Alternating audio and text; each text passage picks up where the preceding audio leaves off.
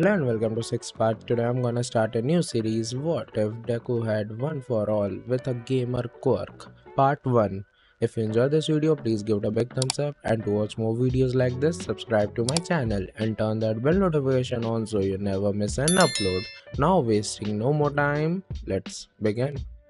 It would have been a lie to tell me that I would meet the world's greatest hero, be saved by him, and then be given his quirk. After that, I would ask them what they did before quickly calling for an ambulance. Something like that couldn't happen, right? That is, until it happened. Of course, that greatest hero was also dying and about to retire. Did I tell you that? Yes, he is, and he chose me to take over after him.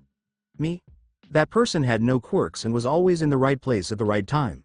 It really did feel like a dream, and I didn't want to wake up.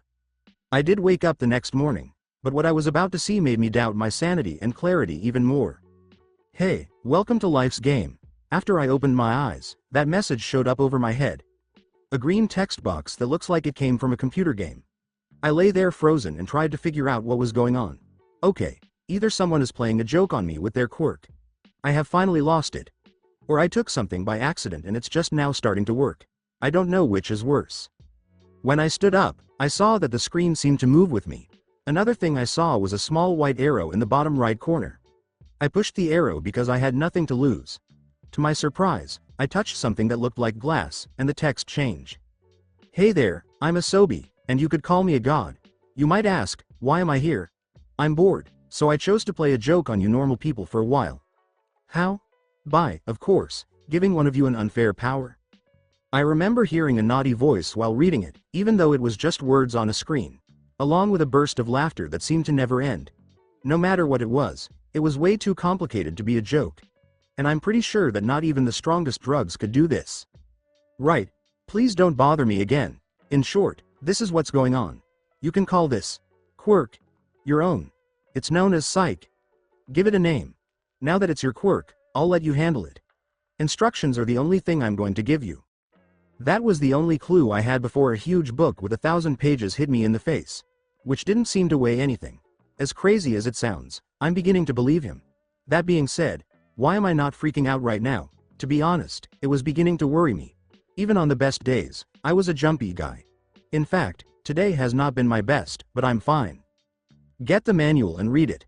Do not be like those stupid people who start playing a game without going through the tutorial. I made it very thorough. Fair enough, I said, and looked at the first page of the book that was way too light. I guess this Asobi guy likes making jokes, that's why the name. The book wasn't really a book after all. An up-to-date holographic tablet was inside a hollow case. In fact, it looked even more advanced than the newest cars I've seen so far.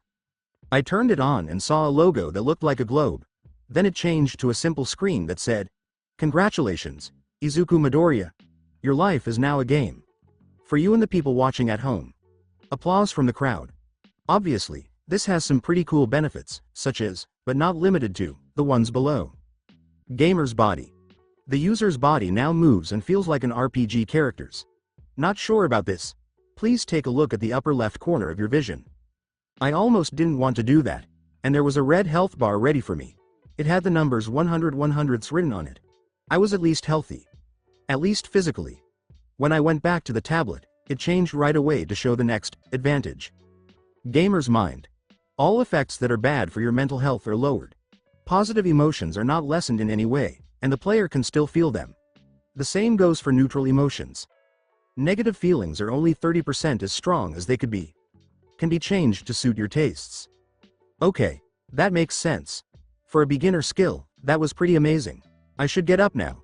All Might asked me to come by early, and I shouldn't keep him waiting. He said this after getting dressed, making a note for when his mom wakes up, and eating a quick breakfast. Running slowly, I made my way to Dagoba Beach. Ping. The movement skill tree is now open. Already gained a level.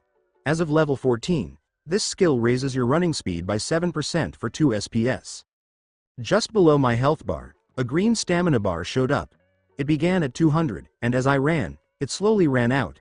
It was a pretty simple skill, but I hope I can level it up even more and get a better bonus. About halfway to my destination, I had an idea. I thought as I sped up and began to run. I'm going about twice as fast as before. Ping. Unlocked the sprinting skill. The sprinting skill is now at a higher level. At level 20, this skill costs 4 SPS and increases sprinting speed by 10%. Why is my speed in sprints better than my speed in running? I found the answer when I thought about most of my life. Fuck you, Deku. Dear D. That's a stupid question. When I used these two skills together, I could run a lot faster than before, but because of how quickly my stamina was being used up, I would run out of SP in less than a minute. I chose to keep going until I could no longer do so. After that, I started walking until the meter was full again. Do this over and over again for the hour it took me to get to the beach. Young Midoriya. You're early. Was it me? Yes, I was 30 minutes early and I didn't even notice. I checked my watch to make sure. Was I too focused on getting better? I quickly realized that the messages I was getting from the game system were only for me. It had nothing to do with my eyes or ears. It was all in my mind. That meant all I had to do to see something was think about it. End plus 2 WIS plus 1 running level 20 10% faster running stamina cost. 1 SPS. Sprinting LV. 25.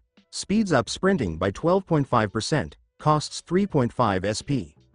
If the bonuses are any indication, the bonuses go up by 0.5% with each level, and the cost goes down by 0.5% every 5 levels. The only question left is, how many levels can you reach? And those stat boosts. I need to study that book as soon as I get home. Good, that shows you're serious about this. Now we can start training you to be a good vessel for my quirk. I thought he said I was already good enough?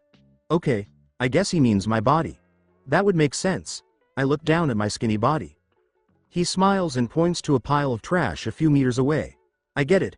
Where do I start? For the next 10 months, you will be pulling trash from this beach and moving it to the local recycling site. Most of the stuff here is broken metal junk, so it would be a waste to just dump it all. I want this beach spotless by the time UA's entrance exams begin. If I were my old self, I might have looked at him funny and thought the job was impossible, but with Gamer's mind, I saw a new goal and was more than ready to try to reach it.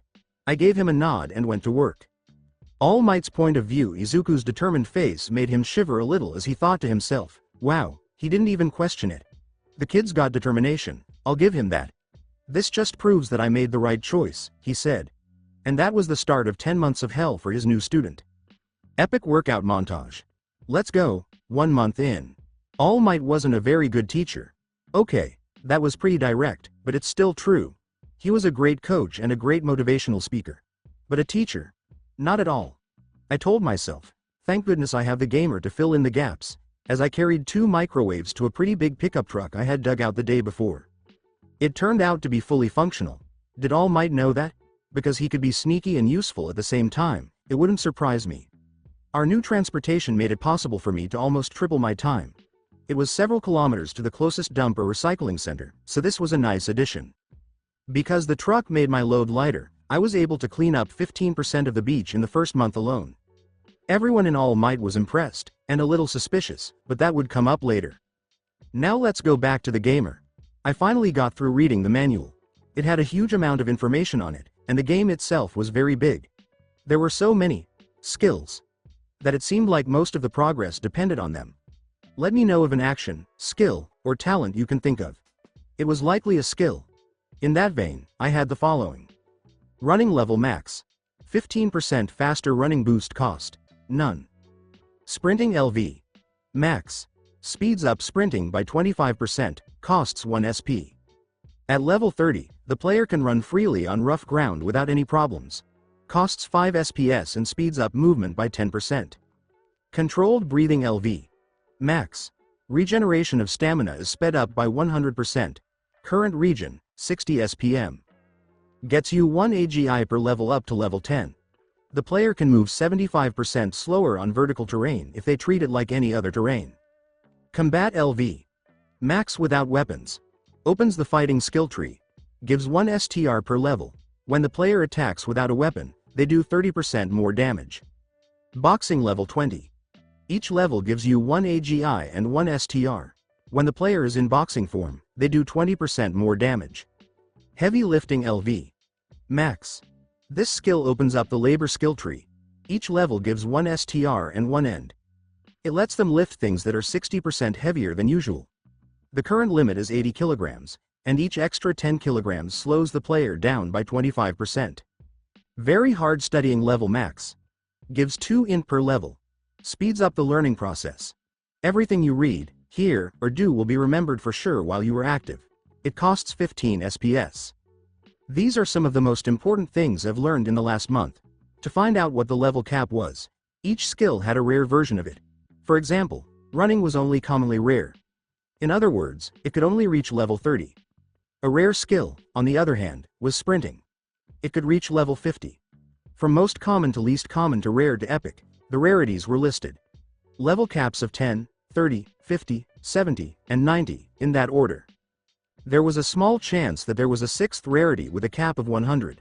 I couldn't prove it, though. A lot of the manual was capped at a certain level. I couldn't get to it unless I had the required level, skills, or talents. You might ask what my level was. Okay. List of characters. Izuku Midoriya title. Apprentice hero. Gives an extra 10% experience when taught by a hero. 14 years old, 166 centimeters tall. 65 kilograms in weight stats. 117 STR 41 for AGI. End. 62112 WIS. 1230. 16 points. I had no idea why I was so stupid, or why my charisma was so high, but I couldn't change the fact that training was working. I had already become 10 times stronger in just 1 month. It was crazy.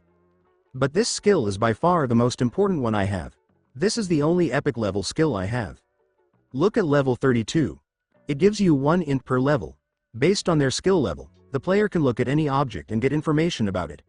Right now, we know the name of the object, its quality, and its statistics. Things 20 levels above the player can't be analyzed with analyze. No cost. It was crazy useful in a lot of different ways. At first, the information it gave me was at best vague, and it only worked for things that weren't alive. But now that I've leveled it up, I can also analyze living things, like myself. Any damage that I received from overworking myself, any opening in my guard, any misstep. As long as I pay attention, I know about all of them. This skill sped up my training so much that I reached new levels. So much so that All Might had to pull me aside while I was training one day. Young Midoriya, your rate of growth has been nothing short of phenomenal. Not only have you taken to your training like a fish to water, but you've improved exponentially in both your technique and your analytical abilities. Are you sure you didn't have a quirk? Ha ha ha, he was kind, but he was right. Anyone would think this was fishy, so I chose to be honest. At least in part. All Might, I think you might be onto something. You're right, this growth rate is unnatural, and I have no idea how it's happening. Maybe I should see a doctor. Not a complete lie. I just sped up a bit. All Might know someone who can learn more about this gamer ability. All Might let out his air and turned back into himself. He then looked at me seriously. Good idea, it seems to be a beneficial change if anything, but it would be best to make sure of that rather than continue blindly. Meet me here again on Saturday and I'll introduce you to a friend of mine. If anyone can make sense of this, it's her. Hopefully, you're just a late bloomer. Of course I agreed to it. I didn't know much about the gamer. I knew how to use some of its features and the name of the person or god who gave it to me. Mythology has taught me not to trust a god when they give you something for free. At least he told me the truth about the reason. I had no idea that my life would get so out of hand. I'm now All Might's apprentice, and if the manual is to be believed, I'm now the new source of entertainment for some random god and a audience. Yar yar days. Wow, I can't believe I'm here, was the thought going through my mind over and over as All Might and I walked to his friend's workplace. Did I say that the friend in question was a recovery girl? And that she worked at the place I've always wanted to go? Oh, yes she is, and she does. The only reason I'm not stuttering in fear is because of Gamer's mind. It turns out that it's much easier to feel good emotions when you push down the bad ones. I didn't turn into a ball of stress, so I was smiling like a loon the whole time. You're handling this much better than I thought you would. I guess all that training helped you in more ways than one. At least All Might wasn't confused by my sudden change in personality. Since we've only known each other for a month, it made sense. One less thing to take care of. All Might Sensei, before we meet Recovery Girl, I should ask her if she knows about One for All, I said. All Might stopped and grimaced. Stupid, stupid. Sorry about that, I totally forgot. Anyway, yes, she does know. She's one of a handful of people that do. The only other person in this school that knows is the principal, so don't go spreading it around, he said with a sheepish and slightly worried tone. Once you get to know him, he's really just a big jerk. At least it's cute. Gamer's mind seemed to see hero worship as a negative emotion. so I've had some time to get used to All Might without the emotional baggage that came with it. I still respect and like the man a lot, that hasn't changed, but I think it's much more real now that the rose-colored glasses are off. As soon as we walked into the school, we went straight to the nurse's office, which was conveniently located at the front of the main building. With all the injuries that hero course students get, I guess it makes sense to put the hospital somewhere that is easy to get to. She wasn't what I thought she would be. "What's up, Toshinori-chan? Why are you here?" She turned her head to look at me and then smiled. "Ah, so he's the one, isn't he? A little skinny. I guess you want me to look at the boy?" She just knew it, even All Might was surprised by this. Cough. "Yes, please. You see, young Midoriya here has had a recent change happen to him. For the last month or so I've been training him in preparation to receive One for All, and in that time he has shown a startling level of improvement. In fact, here's what he looked like before we started training. It should help get my point across." He showed her his phone with a picture of me about a month ago. God, I looked like a stick figure back then, it was clear, even though I was wearing loose clothes. Recovery Girl told Sunny, "Okay, if you're on steroids, tell me now. I promise I won't be mad." My eyes got really big before I said no. I told the old woman, "What? No, that's not it. I think I'm just a late bloomer. I haven't taken any drugs or anything like that. And it's not just my muscles that have grown. I've been learning things faster, and even my senses have improved too quickly to be normal. That's why I came here." She laughed a few times and looked amused. "I know, kid, don't worry. Steroid users always have signs, especially the ones that create these kinds of results.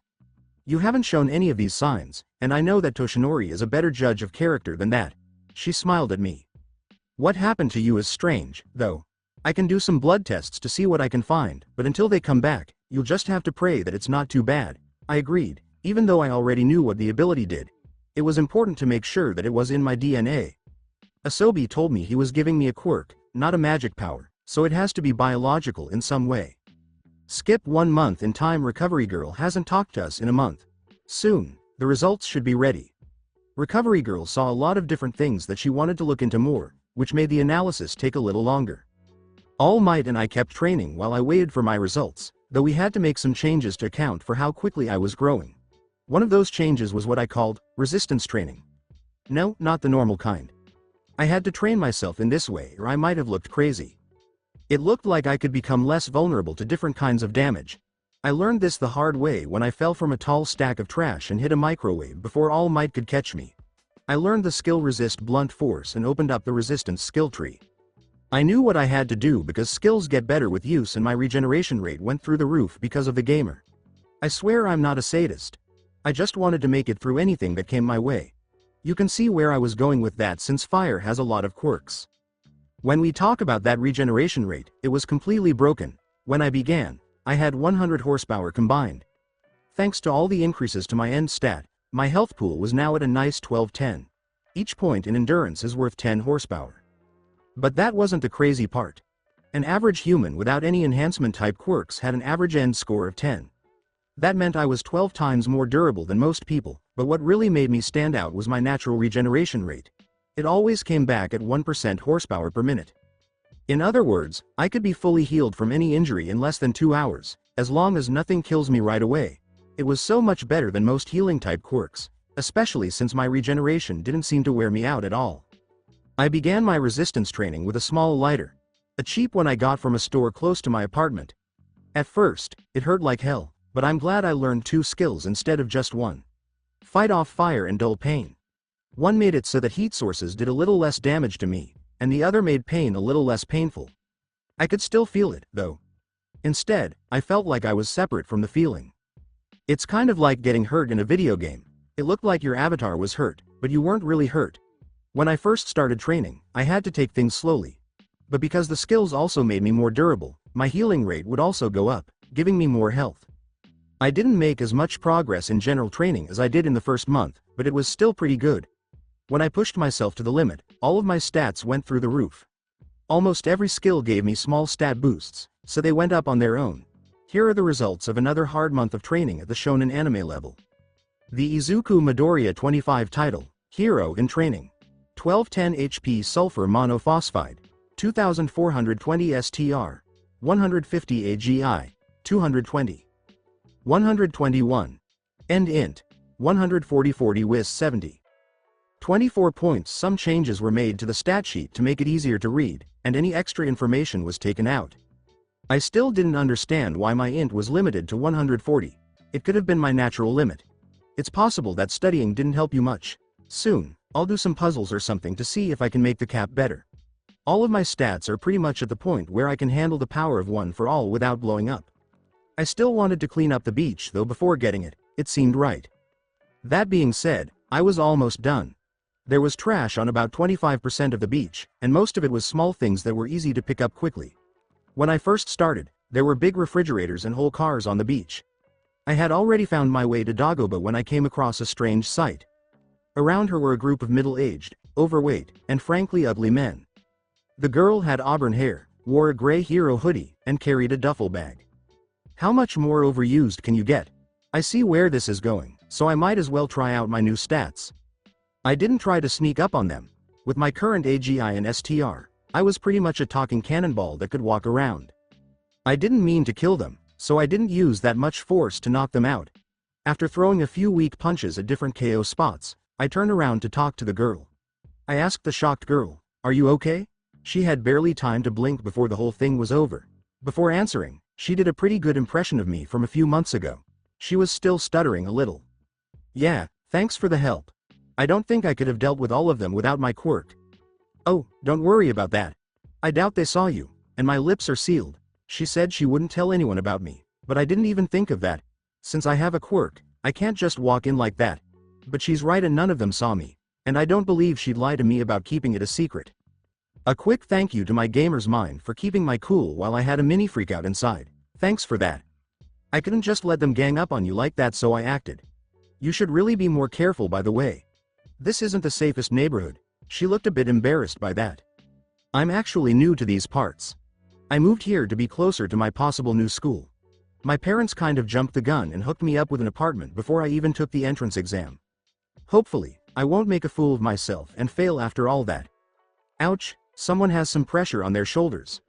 I don't blame her. I was in the same or even worse situation, and I only had my quirk for 2 months, plus the whole All Might's successor thing. Don't worry about it, it will only make things harder. I have a tough entrance exam coming up in a few months too, but I have to suck it up and do my best if I want to go to a place like UA. When I said UA, she did a double take, and her face lit up even more. You're going to UA? Me too. It's a small world after all. With skills like yours, I'm sure you'll make it. Oh, I'm sorry I never introduced myself or got your name. I'm Uraraka Ochako. It's a pleasure to meet you. She gave a bow. I smiled back and did the same. Midoriya Izuku, I feel the same way about you. Besides, I need to get going. I was going to train for a while before I saw you in trouble. I shouldn't start missing days after all. She looked like she was going to ask something but decided not to. It would be best to just ask, I told myself before I asked. I hate to be pushy, but with confidence issues like that, it would be best to just ask. You seem like you wanted to ask me something. She blushed and looked surprised that I could tell this about her so quickly. Yes, she got up the courage to ask me her question. Don't be shy, I won't bite. I still have some time before I have to be there. She was still blushing. Would you mind if I joined you? For training, that is. Since we're both going to UA, I'll understand if you want to keep things secret from other competitors. But since you're so strong, I just wondered if you could help me out, but it was a stupid idea, so just forge. I tap her shoulder to get her off. The words were hard for me to follow, but I got the main idea. There's no need for you to be so nervous around me, you know I won't mind having someone join me for training. Since you're new around here, I'm sure you're still getting used to the area, so I'll offer to show you around if you want. Her eyes just sparkled. At least she looked like she was happy. Thank you so much, Midoriya-kun. You're so nice. Wow, that was quick. It's clear that she's friendly, even if she's a little shy. We walked to Dagoba Beach together and talked the whole time. I told them that I was getting stronger with the help of a trainer. It didn't worry me too much that she saw All Might, though. He rarely changed into his muscle form when we worked out. He needed to save his strength for hero work, and I'm now mostly strong enough to keep myself safe. As luck would have it, I was shown to be wrong right away. A fully ripped All Might yelled, "Young Midoriya, I have good nay," and then paused. When Ochako saw the #1 hero, she went completely still, like a deer caught in headlights. I was just slapping my face. Well, that's that secret gone. I muttered to myself as I grabbed All Might and dragged him toward a particularly large pile of trash. I then apologized to Ochako and told him I needed to talk to him alone. Okay, we can still salvage this. She doesn't know about your true form, so just stay like that for a bit longer. We can say that I was being trained by you because our quirks are kind of similar and you took an interest in it after I mentioned that I wanted to attend UA. He gave me a thumbs up for the strategy. Good idea, young Midoriya, but I still need to talk to you later. Recovery Girl finally made a breakthrough with your blood and she wants to talk to you at your earliest convenience. Try to meet me here next Wednesday. That will be a day off of training so that we can do some more tests that she recommended. After I agreed to it, we walked back to the still stunned Ochako. Sorry about that. All Might Sensei had some private information to tell me that I wasn't very comfortable sharing. He's my trainer if you were wondering. Sorry for not telling you ahead of time, I kinda forgot. He won't be here today, so it's just us for now. That seemed to break her out of her funk as she nodded quickly and then took out a piece of paper from the bag she was carrying.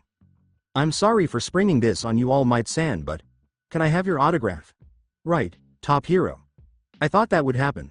Luckily, All Might is a pretty good sport when it comes to this, and he gave her the autograph without much issue. Have fun, you two. I have some important business to get to, so I'll be off. And with that, he leapt up into the air and disappeared into the horizon. I still need to figure out one more thing now that that's over. It was going to take a while to explain this. I can't believe you're being trained by All Might himself. You really are amazing. My hope is that by the end of the day, she'll be too tired to ask how I became All Might's student or how close we are. Yar days, I can already tell this week is going to be long. Being in training with Uraraka-san was, to say the least, interesting. One of her quirks was really different. The force of gravity in any object she touched would no longer work on it. I was very interested in learning more about this skill. I think I made it a little too clear though. The poor girl was red as a tomato after I told her I thought her quirk was awesome and asked her to show me her hands so I could study them, since skill worked better when it was more specific. When I analyzed someone, I got both statistics and vague information. Looking at a person's features gave me a lot more. Usually, I would have thought Uraraka was just being shy, but the way she acted around other people while I showed her around town made me think otherwise. She was very outgoing and honest, even with people she didn't know. Was she scared of me? Did she feel like she owed me something? That day, I didn't get my answer until I got home. Sometimes I didn't care about how I looked because I wasn't that kind of guy, but if someone was scared of me, I had to see for myself what it was. I was shocked to see that I had turned into a fucking Bishonen since the last time I looked at myself in the mirror. That's what having a high CHA stat does. I'm not sure if I should be happy or not. I think it was a lot easier for me to talk to Uraraka-san than it would have been otherwise. Gamer's Mind gave me peace of mind, but that shouldn't make me better at talking to people, right? It could have been something else about CHA. It turns out that charisma is more than just how someone looks. I don't understand why my mom hasn't seen this yet. Or perhaps she has and just thought the same thing All Might did, that I was just a late bloomer. But she wasn't the only one who didn't like how I changed recently. Kachan has been avoiding me like the plague ever since my training started to pay off. When it came to my training, it was pretty much over. Almost all of the beach was clean, and my job would be done in another day or two. I was happy about my new friendship with Uraraka, though. Being the quiet kid almost ensured I didn't have many friends in middle school, so this was a nice change from Kachan's idea of friendship. The results of my medical tests were, to say the least, interesting. As far as normal things went, I was fine. Recovery Girl said it was almost too healthy. It looks like my cells were pretty resistant to damage. They would multiply and grow back to the number they were when they were first drawn as long as at least one of them was still alive. It goes without saying that they had a lot of questions when I told them I had regenerated.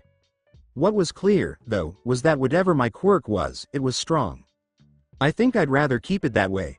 I don't think it would go over well if I told them that some random god gave me a trait that turned my life into a game. My life was getting tough very quickly, that was for sure. I hope that the training for all that I'm going to do later will help me forget about it. The tests for the UA are coming up in 6 months, so I need to start studying right away. Now that I knew my new int stats, I was pretty much at the top of my class. I got good grades, but who knows? There could be some surprises on the written test.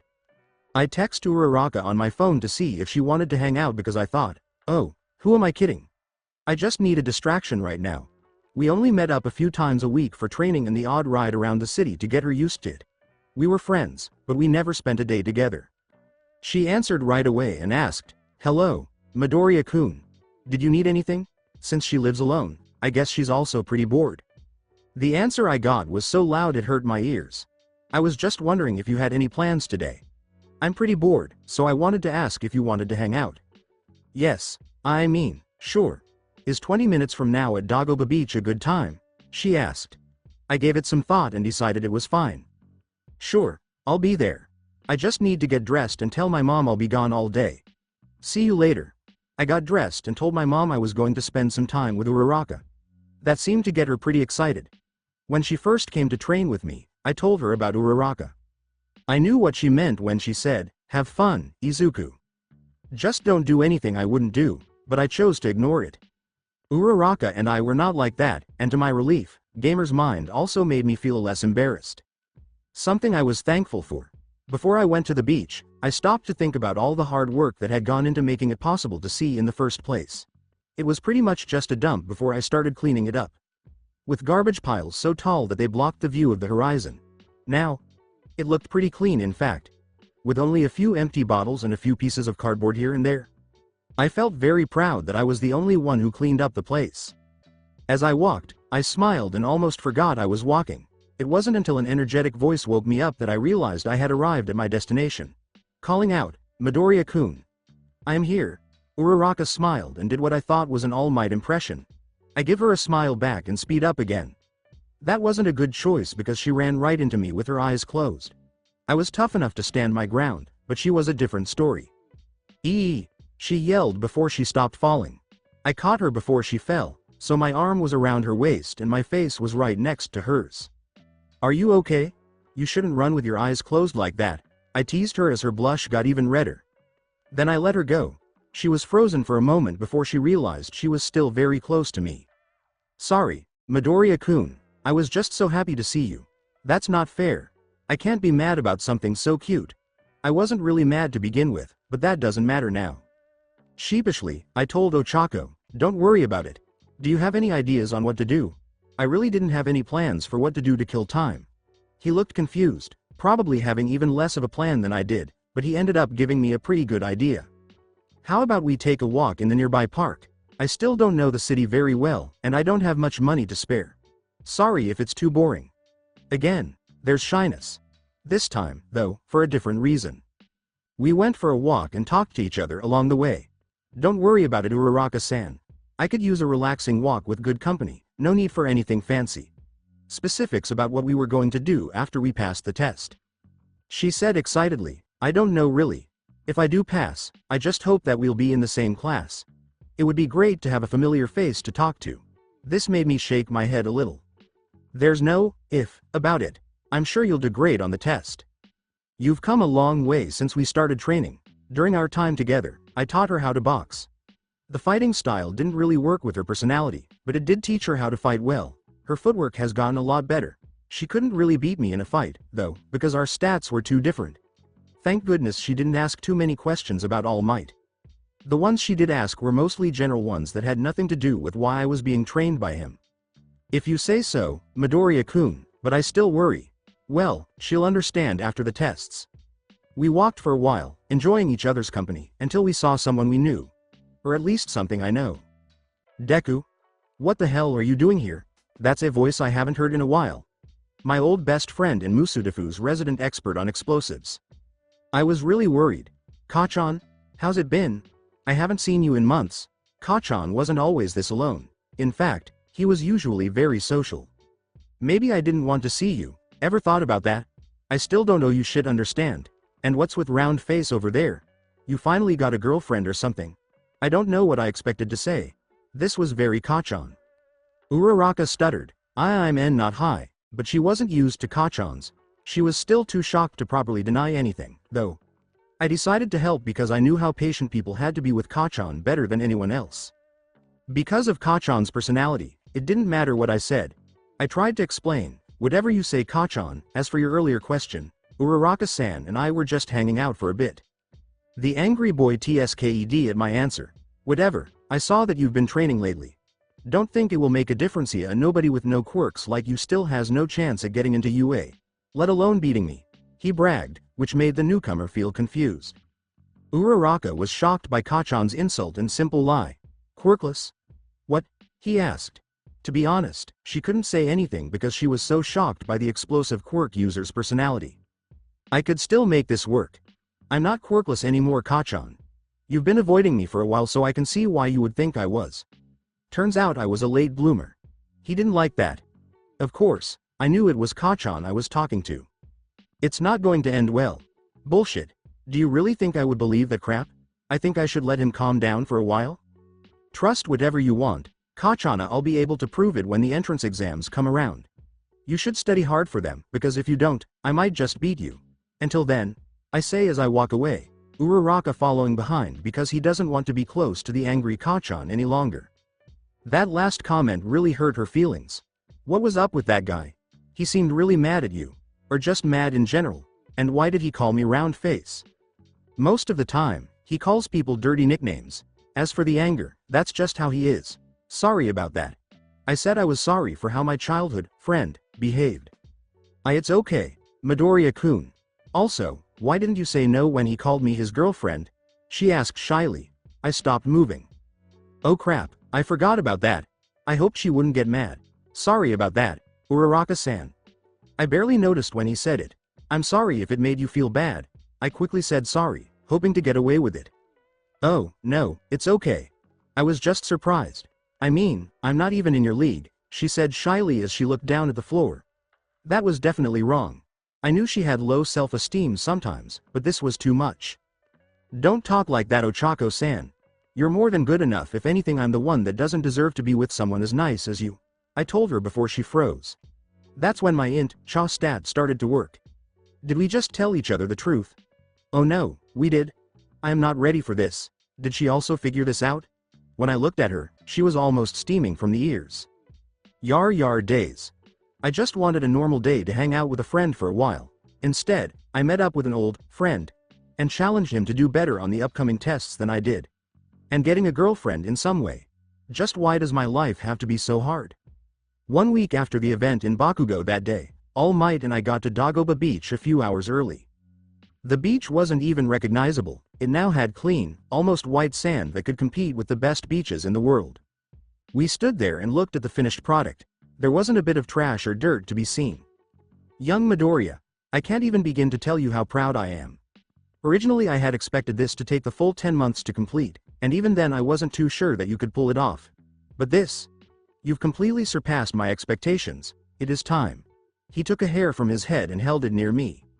Eat this. I didn't think this would go this way. Anyhow. Okay. Listen, you need to take in my DNA somehow, and this seemed like the cleanest way to do it. It's even more awkward for me, if that helps. I really should have known this would happen, because every power had a catch. Let's just get this over with. I sucked down the hair and drank a lot of water to make sure it didn't come back up. I didn't feel much different afterward. I guess I needed some time to process it. With a smile on his face, All Might says, while the power settles, why don't we spar for a while? It'll get your heart rate up and metabolism going. All Might didn't really understand what it meant to hold back. This was going to hurt. I got pretty strong after training for a few months. Even though it didn't matter against such a strong opponent, we started out slowly, moving at normal speeds while we practiced boxing for a while. I was still pretty new to the sport, while All Might was a bit rusty because most people couldn't handle his basic punches. Boxing, UC, LV. 35. When using boxing forms, the player does 35% more damage. Not bad, young Midoriya. You've come a long way since I taught you the basics. That quirk of yours really is something. Let's take it up a notch, and a notch he went up. Ah, crap baskets. Yes, I was slammed into the wall that sets the beach apart from the rest of the city. Minus 810. Ow. Getting over 2/3 of my health taken away hurt, no matter how high my dull pain level was. Ping. Dull pain has grown 4 times. Blunt force resistance has gone up 8 times.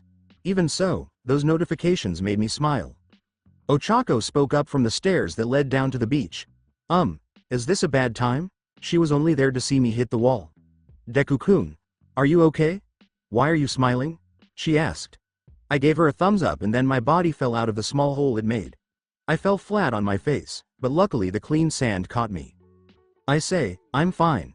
It seemed worse than it was, and then I stand up on my broken leg. Okay, It might be as bad as it looks. Don't worry, though. The leg should be fine in an hour or so.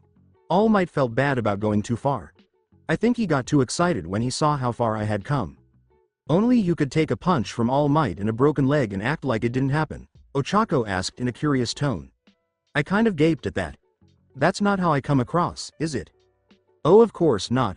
I'm just happy that I can even stand on the same ground as him. I would have never dreamed of taking a punch from All Might a year ago. I mean, really? That kind of growth makes everyone smile. That seemed to satisfy them for now. Once I was better, we trained together for a while, All Might with me first, then I sparred with Ochako. That was a week ago, and things have changed a lot since then.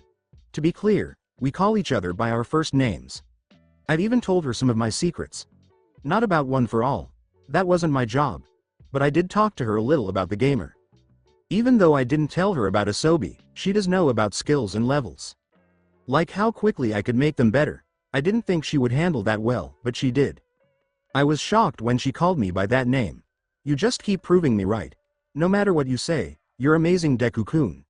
We talked about why she chose that name, and she said it made her think of the word Deikiru, which means, never give up. At first, I was shocked, but in the end, I got over it. I could never get away from that name, especially since Kachan went to UA. It's better to make it into something good. Ping. I now have the new legendary skill, One for All. This skill comes from having two other skills. Power Stockpile, Epic, Bot. I got an Epic Quirk inheritance. These skills let you get to the Quirk skill tree. The legendary skill One for All, LV. 1. Lets the player give this skill and the Power Stockpile skill to someone else. Maximum current that won't hurt anything is 1%. Limit can be temporarily lifted, but it costs the player health. Cost. 10 horsepower for every limb that is used over the limit. One use of this at full power will do 990 damage to me. Oh no, I need to level this one up quickly. Maximum level of Power Stockpile, Epic. This skill lets the player store power for life. But the body can only handle so much power, so there is a limit. This limit was found by the last user. Oh. Okay. So much for being stronger than All Might, although with the gamer I probably have other avenues for that. Now for that final skill. Questionable Inheritance, Epic, LV. N. A. This skill lets the player take on the quirks of other people by eating their DNA. It's only possible to do this a certain number of times, though. One for All. The limit right now is 8 quirks. I needed to talk to All Might about this more after this, but for now, I should tell him it was time to see what would happen. Then I winked and pointed to my arm to show him what I meant. All Might Sensei, I have an idea, but it might not end well. I just want to let you know ahead of time that it might hurt me. Yes, that's why I'm here. Feel free to try some new things. He gave me the go-ahead. Nodding, I walked toward the ocean and got ready in my mind. I cocked my fist back and screamed to myself. Get Detroit Smash. Son Goku, eat your heart out. The ocean got a big cut in it that went on for miles. A lot of fish were scared by the sudden noise. And my arm is hurt. Great. Ping, blunt force resistance is now 2 times stronger. It's now twice as hard to dull pain. One for All has become stronger. It hurt so badly, but I couldn't help but smile with all my might. Especially after the last message. The special move skill tree is now open. Unlock Detroit Smash, Epic. Detroit Smash, Epic, Power Stockpile's full energy is used. Is yelled out in a straight line and does 100% more damage. The damage goes down by 10% for every 10 meters crossed. Cost. Using One for All costs HP and gives you plus 100 stamina each time. That smile doesn't help your case, Deku-kun. I think that arm is broken, Ochako teased me. I didn't care, though, because I had just realized something that made me feel like a nerd. Like, I just did the Detroit Smash, it was a good day. Time jumped the test day. We were walking toward the entrance to UA when I asked, are you ready, Ochako-chan? This is it. A lot of people would be staring at me right now, but I've been here before. The woman answered, I hope I am, but there's no point second guessing myself now I guess. She was a little nervous, but she was sure of herself overall. Yes, that's right. Let's go before a voice I knew cut me off. Bakugo was much calmer than usual when he said, get out of my way, Deku, before I blow you up. He most likely didn't want to be picked out too soon. He ignored my joke and kept walking toward the door, saying, good luck to you too, Kachan. Well, So much for friendly competition. He was right. We should get going before the written test. And we did. With an INT score of 140 and skills that help you study better, most tests are easy. He just grunts in response as President Mike comes over to teach the practical part. Oh, hey Kachan, guess they ordered these seats by middle school. The robots, huh? Not a big deal. I think I could beat them without using one for all. On a different note, Kachan seemed very angry that we weren't in the same arena. Things were going pretty well until a kid raised his hand and asked about the 0-point robot, which hadn't been talked about yet. Yeesh, someone's tense. I guess I can't blame him. This is the UA exams after all. Though I recognize something about that guy. His face and hair in particular. We went to our own arenas, where I saw another familiar face. I call out to her, Ochako-chan. Nice to see that we're in the same area, and she does the same. Deku-kun. I don't know whether to be happy or nervous that we're in the same group. I'll have a hard enough time getting points without a powerhouse like you around. She cried a bit. It made me laugh, and I told her to do her best. The guy from earlier told us, excuse me, but shouldn't you be taking things more seriously? This is UA, not a social setting. That was okay, I guess. We were making a fuss, weren't we? Now hold on, those legs, I knew it. I'm sorry about that. I have to say, though, I'm surprised to see a relative of Ingenium here, but I guess I shouldn't be. Ida's eyes widen as I say this. How did you, he began, but was stopped by a loud, begin. Oh, not a countdown. I guess it makes sense if they were trying to be realistic. With my speed, I ran from where I was standing to the now open city. I got to the first enemy, villain, before anyone else because I had a head start. The robot was simple and green. On its back, what looked like missile silos were attached. On top of it was a big white 3. It moved on treads. I should likely aim for the middle. It turned out to be the right choice because the silos are almost perfect for a hard kick. The missiles came out, but they were moving too slowly. I was able to avoid them and land a full power kick in the middle of the machine. Surprisingly, the metal wasn't very strong. It broke when I stepped on it. Unlocked the power attack, see, skill. Not bad for a well-known skill. I guess they can't really waste money on making these things smarter. I thought, this city alone must cost millions. As I moved on to the next bad guy, I saw that the others were finally catching up to me. The Ida in particular. Oh well, we'll just have to focus on the bad guys for now. The bad guys in this story had very simple weaknesses. If you take off the head, the rest falls off with it. The neck of that head was made of weak bolts and open joints. It's too simple. Both pointers were pretty simple, but I needed something with a little more power to get through their defenses. I found a piece of a 1-pointer and used it as a shield or axe to cut off the heads and tails of the 2 pointers. Unlocked the scavenge, UC, skill. Allows you to use the rogue skill tree. Unlocked the shield proficiency, UC, skill. Opens up the skill tree for weapons. The skill blunt weapon proficiency, C, is now available. Oh my. I chose to use the tail of a nearby 2-pointed dog as another makeshift weapon until I had time to look at those things. I could at least deal with the messages even if I couldn't pay attention to them right now. Unlocked the whip proficiency, rare, skill. I laugh at that, but I haven't read the whole thing yet. I stopped keeping track of how many points I had earned at this point and just kept going at full speed. I wasn't really tired because my stamina was pretty high. Eventually, the area ran out of bad guys, and there weren't many of them left. That can't be good. Something bad is about to happen. Suddenly, the ground shook, and a 10-story tall monster appeared. Oh. There you have it. The 0-pointer. Oh, yes, Thwomp. I was about to run the other way when I heard someone scream in pain. When I turned my head around, I saw Ochako lying under a pile of rubble. He was hurt, probably with a broken ankle. I didn't even think about what to do next. I ran at the 0-pointer at full speed and did a 100% jump with 1 for all. Both of my legs were broken, but that didn't matter. The pain was going to fuel what I was going to do next. Detroit smash, and it was over right there. The robot's head fell off and its body shook back from the force of my punch. I had a second to enjoy my work before gravity did its thing. Luckily, my girlfriend could tell gravity to fuck off, so I made it through the landing. Thanks for saving me, I told Ochako as she freed me from her quirk. After this, I'm going to buy you mochi. She thinks for a moment before answering, with a sick look on her face. No big deal. Deku ku blrrrg. Where were those rainbows? Or was I just dreaming because I was in so much pain? Either way, I couldn't help but smile at her. Oh my. Your own quirk hurt you this much? That's okay. What you did was pretty amazing, so it's not a surprise that you went too far. Here, recovery girl kissed my forehead. I felt better almost right away, but my stamina dropped to 1 point. That wasn't too bad, though, because as long as it wasn't less than 0, I could stay standing, and since my running skills were at their highest, I could do that forever. I stood up and thanked her for healing me. Ochako-chan is hurt too. I blurted out. She nodded, and I did the same for her, right away fixing her sprained ankle. You two should leave now. They said. The results should be ready in a few weeks. We agreed and left, leaving behind a group of people who were still looking at the broken 0-pointer with a sense of shock. I wanted to thank Recovery Girl properly and talk to her for a while, but I thought that might have been too suspicious. I hope 35 points are enough to pass. I tried to get more, but I couldn't help some of the other contestants who took on too much, Ochako said as we walked to the train station to go home. I'm sure everything will be okay. To be honest, I have no idea how many points I got. I just did my best and didn't look back. Also, Ochako-chan, you should never feel bad about helping other people.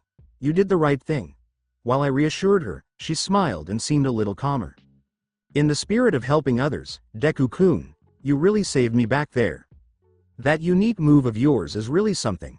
The way I spun it was that my quirk allowed me to surpass my limits but only for a moment, and even then it caused me a lot of damage.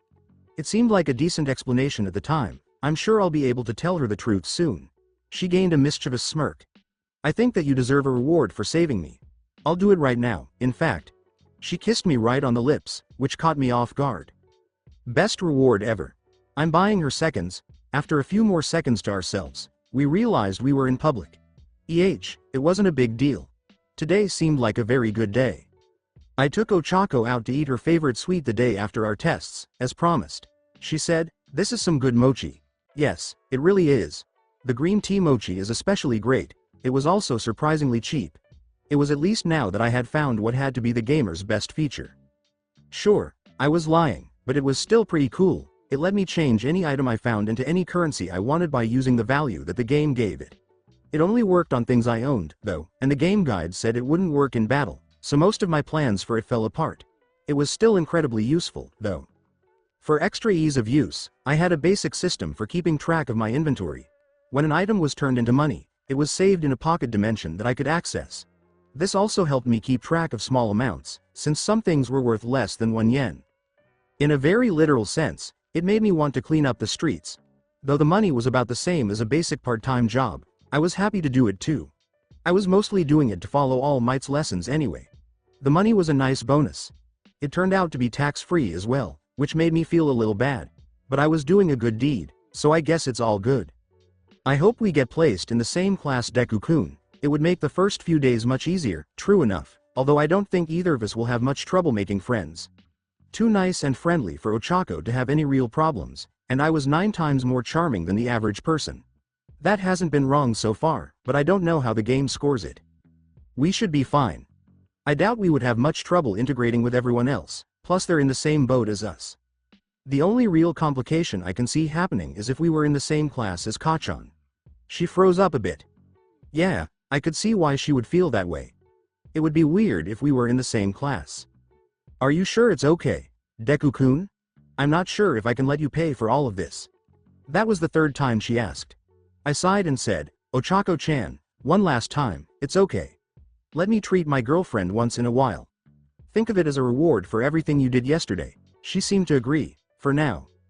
Okay, fine, but I'll pay you back later. She wouldn't change her mind. But I have to say that having mochi with you is one of the best rewards I can think of. UA really doesn't hold back. Those robots almost killed me a few times back there, she yelled, holding her stomach a little. It looks like her heavy metal enemies pushed her too far. A voice from behind me said, you guys took the entrance exam too? 2 kids, one with red hair and the other with yellow eyes and pink hair and skin, looked back at me. It was pretty crazy, huh? Those robots were pretty tough, but my horn buddy and I handled them. I'm Ashido Mina, by the way, and this is Kirishima Eijiru. She told her friend and herself. I can tell she's the excited kind. Hello, my name is Uraraka Ochako and his name is Midoriya Izuku. It's nice to meet you. Ochako always knows how to win people over. They asked if they could join us because they seemed to understand. I was okay with it because Ochako was okay with it. Since this wasn't really a date, they weren't getting in the way of anything. It turned out that we got along pretty well. Most of the time, Kirishima was the manly one. He was friendly and honest about what he thought. Aside from that, he was honest and helpful, and he spent a lot of time helping the other examinees when they took on too much. Mina was like that, but she was a lot more naughty. It was fun for her to say what she thought and tease people when they were being too nice. When she started making fun of our relationship, we found out. But Gamer's Mind and my high chaw helped me stay alive. I was interested in the statistics, so analyze. Ashido Mina 15 years old 22nd level. 159 centimeters tall weight. Light as a feather, you jerk. 3 sizes. If you're a good boy, I might tell you winking face. Numbers. 300 HP 600 SPSTR 14. AGI. 25 End. 30 Int. 13 Wis. 9. Cha 26 Best Skills Possible Acid Quirk, R, Level 25. Acid Splash, R, Level 10 Acid Slide, R, Level 15. That's interesting. Even though she has a strong quirk, her physical stats are nothing to laugh at. But, is the game being rude? And why does it have such a silly sense of humor? Well, it helped me enough, so I'll let this go. Kirishima, on the other hand, had stats that were completely different. Dear Kirishima Ajiru 15 years old 24 level. Height. 170 centimeters weight. Rock numbers. 3015 for AGI End. 4017. Wis. 12 Cha 21 The best skills are. Hardening, UC, LV. 15. The user's body turns into something like stone. User's current STR is doubled, and END is multiplied by 4. Moving heavy things. C, LV Max Boxing, UC, level 25. Kirishima was a type that was strong and tough. His hardening quirk was pretty common, and they could be useful in a lot of different situations. But the fact that it quadrupled his endurance was pretty cool, and it was still pretty low level, so it should get a lot stronger over time. We talked with each other for a while and got to know each other better. That we might have made some friends before we even got to UA was nice to know. If we're lucky, they'll both pass, and we'll all be in the same class. But then again, what are the chances of that happening? If Ochako was average, these two should be fine. How do you guys think you did? I got 39 points, so I think I'm pretty safe. Ashido-san got 28 points, so if I did particularly well, then she should be fine too. That makes her feel a lot better. That's great, Kirishima-san. I only got 35 points myself. I'm sure Ashido-san should pass too. I guess it makes her feel a little better when other people get the same scores as her. That made me feel a little bad. Really? That's a relief, to be honest. Hey Midoriya-san. How many points did you get? I really don't know. After the first 20 I lost track. Who knew it would be so much fun to fight robots? I could finally let loose without hurting anyone or getting stuck in the wall next to me. I might be a little mad about that. Kirishima said, Really? I guess that makes sense. It was pretty crazy, and counting your points wouldn't really help do anything except make you nervous. She understood why I would get lost so easily. Well, it's getting late. We should leave. See you at UA. It was already 6 p.m., which was a little late to be out. I thought it would be fun to trade numbers with the girls to see if we could meet up later. They lived in a different prefecture, though, so it would be hard to hang out with each other outside of school. Overall, I'd say this is a good day, but there was one thing that scared me. I haven't been able to get in touch with All Might at all since I finished the entrance exam. Now, this wasn't really a surprise. He had a lot to do, and it's possible that he just found work that required him to be quiet. I want to thank him in person for everything he did for me. I hope he finishes that work soon. After 3 weeks. When the time came, Ochako and I agreed to open our letters together. By chance, the US Postal Service worked well, and we both got them at the same time. We did it at my house because she lived alone in an apartment and my mom has been wanting to meet her for a long time. I told her, Mom, we're here. As we walked in with our UA letters in hand, Ochako was behind me. She gave Izuku a small bow of thanks, which made Ochako a little nervous. Welcome back, Izuku. You must be Uraraka-san. Izuku has told me so much about you. It's a pleasure to meet you. In response, Ochako bowed a little deeper than usual and said, Likewise, Midoriya-san. Mom wouldn't have any of that, though. Don't bother, just call me Inko. You're so close to my Izuku that we're like family. Yes, my mom was thrilled when she learned I had a girlfriend. So much so that I was afraid of how she would act if she met Ochako. Thank God for her. Since then, Enthusiasm has gone down a bit, so it wasn't as bad as it could have been. Okay. Thank you, Inko-san. I think we should open our letters now, even though I'm still a little nervous. I shook my head, but she was right. We should do it. We chose to do hers first because she was the guest of honor. It looks like UA liked to go all out with their acceptance letters, because there was a hologram projector in the envelope. We were all shocked when All Might showed up after everyone else. "I am here as a projection," was how he introduced himself, which is how he always does it. "Sorry for keeping in touch with you and young Midoriya for now, but with great power comes a lot of paperwork.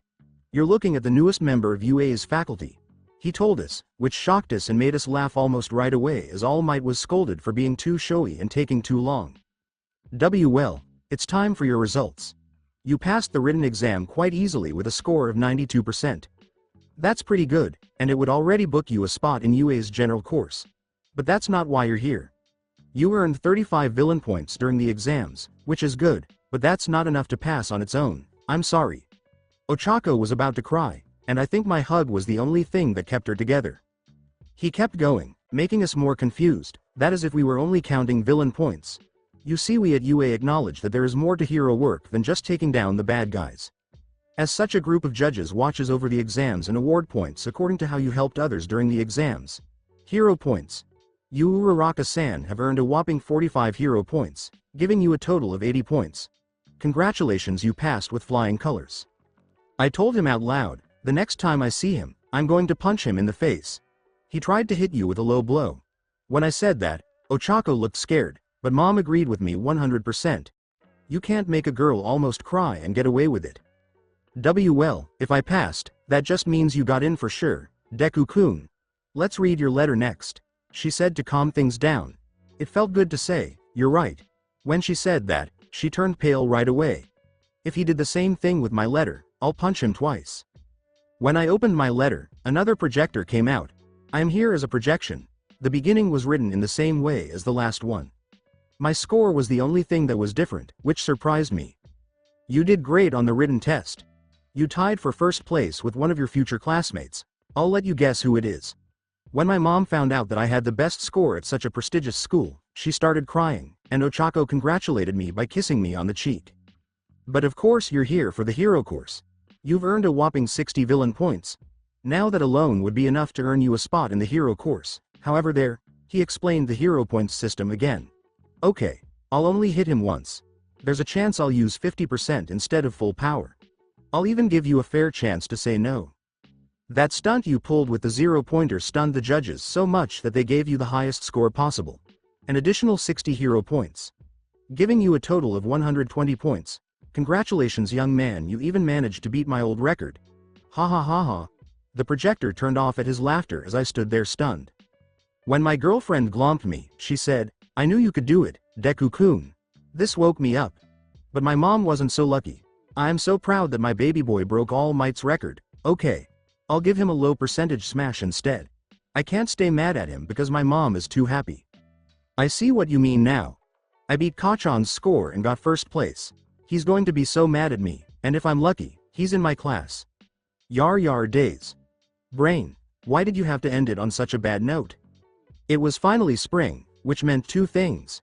It was back to school time, and the cherry blossoms were in full bloom. I picked Dagoba Beach as the place to meet All Might the day before going to school. The place where everything began. To keep my word, I gave him plenty of time to prepare. All Might Sensei, your joke made Ochako-chan cry. I hope you know that you deserve this, I say with a sly grin as I use 50% of one for all on my right fist. But I didn't have much control, so it might have been anywhere from 35% to 75%. Since I pay with HP, I could use higher percentages whenever I wanted. But the control I had was bad. As my fist hit him in the jaw, his eyes got bigger and he got stronger to fight. Because I had to jump to get to his face, I used extra force. Minus 440%, that's not bad. I was getting more in charge. All Might took the hit like a champ. His mouth opened a little, but that was normal. Holy shit, did that kid just punch All Might? Is he bleeding? Gosh. The pear that was hanging out at the gazebo slipped my mind. We heard, run, young Midoriya. Run like the wind. And we did. Giving any laws that try to stop people from using quirks the middle finger. Anyway, Most people didn't mind if you just used your quirk to get around as long as it wasn't something unstable like Kachan's. Okay, that wasn't my best choice. To be fair, that was a low blow from you. Of course, our speed was more than enough to get away from the curious people. I gave All Might a light glare and he just looked like he was sorry. Sorry about that, young Midoriya. I didn't think about how young Uraraka felt about it. On a lighter note, I just wanted to tell you how proud I was of your performance. You barely used one for all back there. That's a really cool quirk of yours. I'm not going to lie, hearing that from the #1 hero was still so strange. Of course, in a good way. Have you thought of a name for it yet? The government is only going to wait so long before they demand an update to your quirk status. He was correct. I've been putting that off while I think of ways to combine what my quirk does without revealing what it is. Ultimate adaptation. I think that was the best way for me to sum it up in the end. My quirk lets my body and mind adapt and improve at an insane rate. And with enough time and effort, I can even copy other quirks, up to a limit. That last part was meant to explain away the quirks that I would eventually inherit. It was a pretty strong quirk, but I hope it doesn't get too much attention. Yes, that is a great name. And that is a very scary description. Definitely top tier, ha ha ha. Nice one, All Might. I guess he practices a lot so he doesn't mess up on screen. We had a short talk and then went our separate ways, knowing that we'd see each other in 2 days. Because tomorrow was only half a day for meeting the faculty and getting used to school. What I didn't know was that I was going to do something a little more tiring. Tomorrow. 1A school. This is it. Class 1A. Thank goodness we ended up in the same class, Deku-kun. Now we just need to see if Mina-san or Kirishima-kun are there.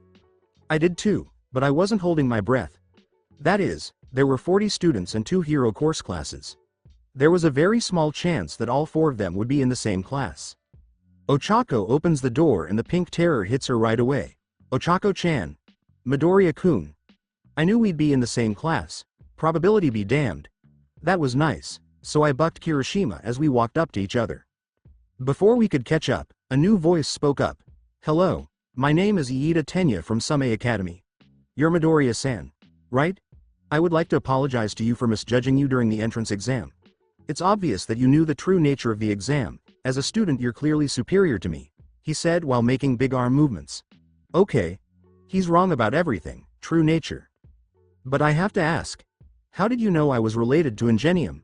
Oh, he looked pretty shocked when I told him that, but I cut him off before he could ask me something else. Before I spoke, I gave him a sheepish smile. Now everyone in the class is paying attention. Well, at first I just noticed how familiar you looked in general. The blue hair and such. But what really gave it away was your quirk. The engine quirk is pretty famous after all. It wasn't too hard. As a fan of heroes, I would feel bad if I didn't notice. Impressive. I'd expect no less from you, Midoriya-san. He praised well, but I put up a hand. Although I should correct you on one thing. I had no idea about the hero point system. I just took the test blind like everyone else, but when I saw Ochako-chan being attacked by that 0-pointer I couldn't just ignore it. I did it in the heat of the moment, that's all. His smile only grew at my clarification. Even better. It shows that you have the true essence of a hero, which is exactly what the test was meant to bring out. I really have a long way to go before I can reach your level. Well, he was enthusiastic, but I shouldn't have had all the attention on me so soon. Leave if all you want to do is hang out, said a dry voice behind me. When I turned around, I saw a caterpillar-like man lying outside the door. Taking a break to drink a nutritional jelly all at once, he said, "This is the hero course. It took you all 5 seconds to quiet down, not bad but not ideal. I'm your homeroom teacher Aizawa Shota, quickly put these on and head out to the grounds. Our teacher is. That means he's a pro, but I don't know who he is. No matter what, he seems like the type of person who likes to get things done quickly, so I did what he said right away, and soon enough, the rest of the class did too.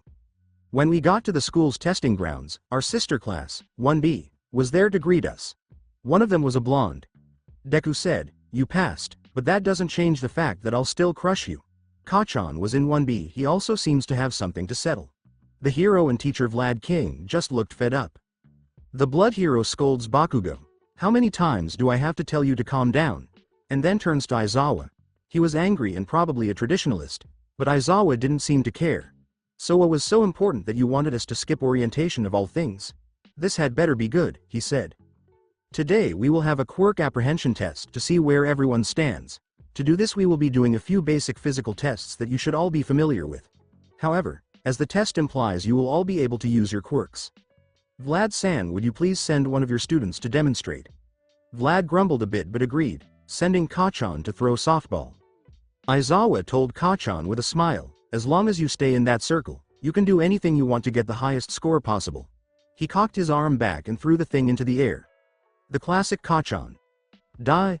Aizawa took out a cell phone that showed him his score. 705.2 meters. The size and power of Kachan's blast shocked everyone. Some even thought it was funny, which made Aizawa mad. How about this? The person who gets the lowest grade in my class will be deemed hopeless and will be kicked out of school right away.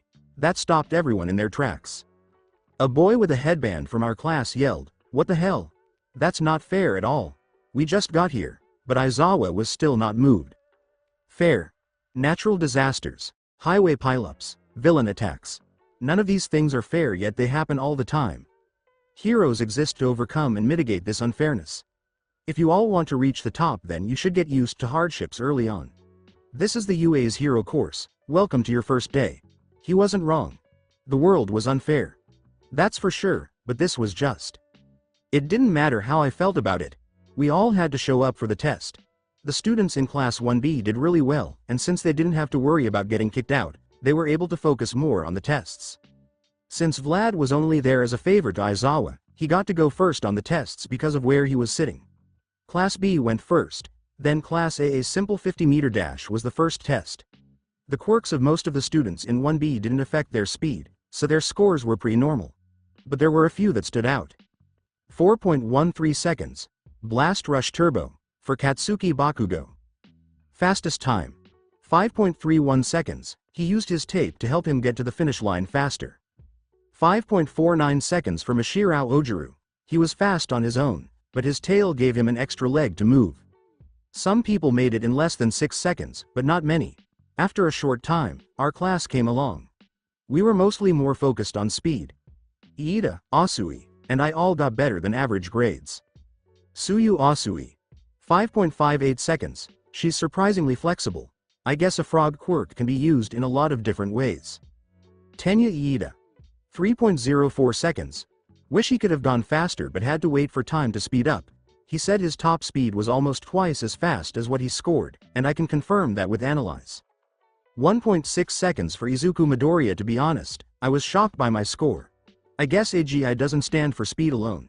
If it did, then I would be able to move 22 times faster than the average person with a score around 220. On the order of 500 kilometers per hour. Midoriya-san, you beat me again. This time it was in a speed race. I need to work harder. I am flattered, but he needs to calm down a bit. People were confused and angry at Deku. What the hell was that? You've only had your quirk for a year. What utter nonsense is that? There are two things I don't think Kachan could say, let alone both at once. I didn't want that little piece of information to get out, but it's too bad that everyone heard him yelling. Another student in Class B asked, "No way. Under a year and he's already that fast, how?" As the crowd slowly grew. I felt ashamed and could only rub the back of my neck. My quirk is a special case. It's an adaptation type quirk that lets me learn and adapt to things much faster than normal. That's why I got so strong, but I've reached some diminishing returns lately, so my future growth won't be as explosive. Pardon the pun, Kachan. Kachan didn't like puns. Weird. That's enough. We've wasted enough time already. If you want to hang out with other people, do it after class, Aizawa said, saving me from the flood of questions that everyone else was sure to be asking. When it came to the next test, which was grip strength, everyone got about the same score. People in Class B were more focused on strength. They had a lot of power-type quirks, like Kendo, Monoma, Bondo, Sato, and Shoji. Most of them got over 300 kilograms, but Shoji's score of 540 kilograms with 3 arms wowed everyone. Like you, I was interested in Monoma. Copy quirks aren't very common, but I was afraid of what would happen if he copied the gamer. Or would one for all be more important? What will happen when I finally get other people's quirks? Will he get them all, or will it be a surprise? While I was thinking about how copy quirks worked, I forgot to look at my own score. Kirishima kindly did it for me. Holy. Over 700 kilos. I knew you were manly, but not that manly. Tetsu soon joined in. The two of them seemed to be a good match for Kirishima. Isn't this going to be my whole day? I enjoy praise just as much as the next guy, but after a while, it gets embarrassing when everyone looks at you like you're the second coming of All Might or something. Oh, wait. I guess I'll have to get used to this, he said. I was shocked when someone beat my score. Wow, Yaoyorozu-san got 1,000 kilograms. She made an industrial clamp and used that instead. That's so cool, I'm not even mad. Someone beating my score made me happy, because it took some of the attention off of me. Afterward, I'll thank her. And that name sounds strangely like one I know. Stand-up long jump was the third test. It was hit or miss with the scores for this one. Either the person got an average score or they jumped the sand completely. Aoyama, Shiro, Iida, Todoroki, Shiozaki, Asui, Kachan, Monoma, Tokage, Mineta, Shoji, Tokiyami, and I was the only one who made it all the way to the end. Also, the fourth test was pretty easy. Mineta and Monoma were the only ones who got a good score, and they won by bouncing off their purple balls. Komori tried the same thing with her mushrooms, but it didn't work quite the same. I was right behind them, but I'm not used to going this fast. After seeing how energetic Kachan was, most people were looking forward to the fifth event. He didn't have to participate since he had already gone, but his classmates weren't weak either. It was Tokage and Monoma in general who blew the rest of Class B out of the water. Since her quirk let her fly, all she had to do to get the ball to go as high as she wanted while staying in the circle was lift it up. Aizawa showed them their scores, 15 kilometers. They had to stop there because the low pressure would have caused their bodies to start to boil if they went any further.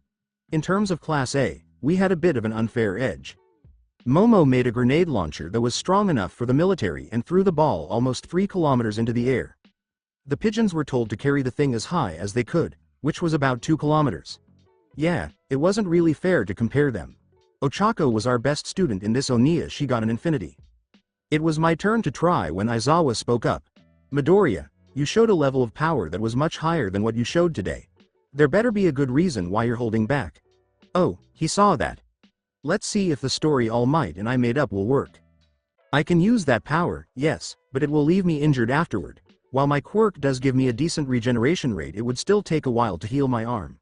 Actually, I just thought of something that might make a good compromise, I said with a laugh on my face.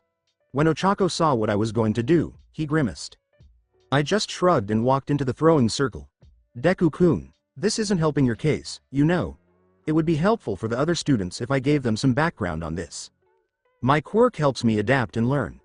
One benefit is that I can sometimes copy other people's moves and abilities, but only if I know them well enough to pull it off. And, well, I've always loved All Might, so when I got my quirk I had to try it. I cocked my arm back and charged up one for all into my finger at 100%. Since it was only my finger, the damage would be much less, which the game praised me for. Delaware Smash. -90. The ball was thrown into the air, making a sonic boom as it went. My superior strength, which was increased by 1 for all, worked pretty well.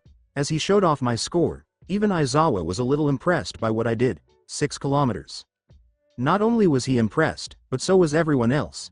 My score wasn't the best, but it wasn't rubbish either, especially since I did it with just one finger. More than anything else, Kachan was doing his best Eneru impression as he almost jumped over to me and demanded answers. He wouldn't have been able to hold back his interest like he has now if we hadn't made up that story. You put all the power you pulled together into your finger. That's pretty good. You said you could regenerate, right? How long will it take for your broken finger to heal? I quickly did the math in my head and gave my answer. About 3 minutes. The tests went on after he said yes. It wasn't thought that I was hurt enough to need recovery girl because my body would heal itself. In fact, I was already better by the time the next test was over. The seated toe touch wasn't too hard, but some people were more flexible than others.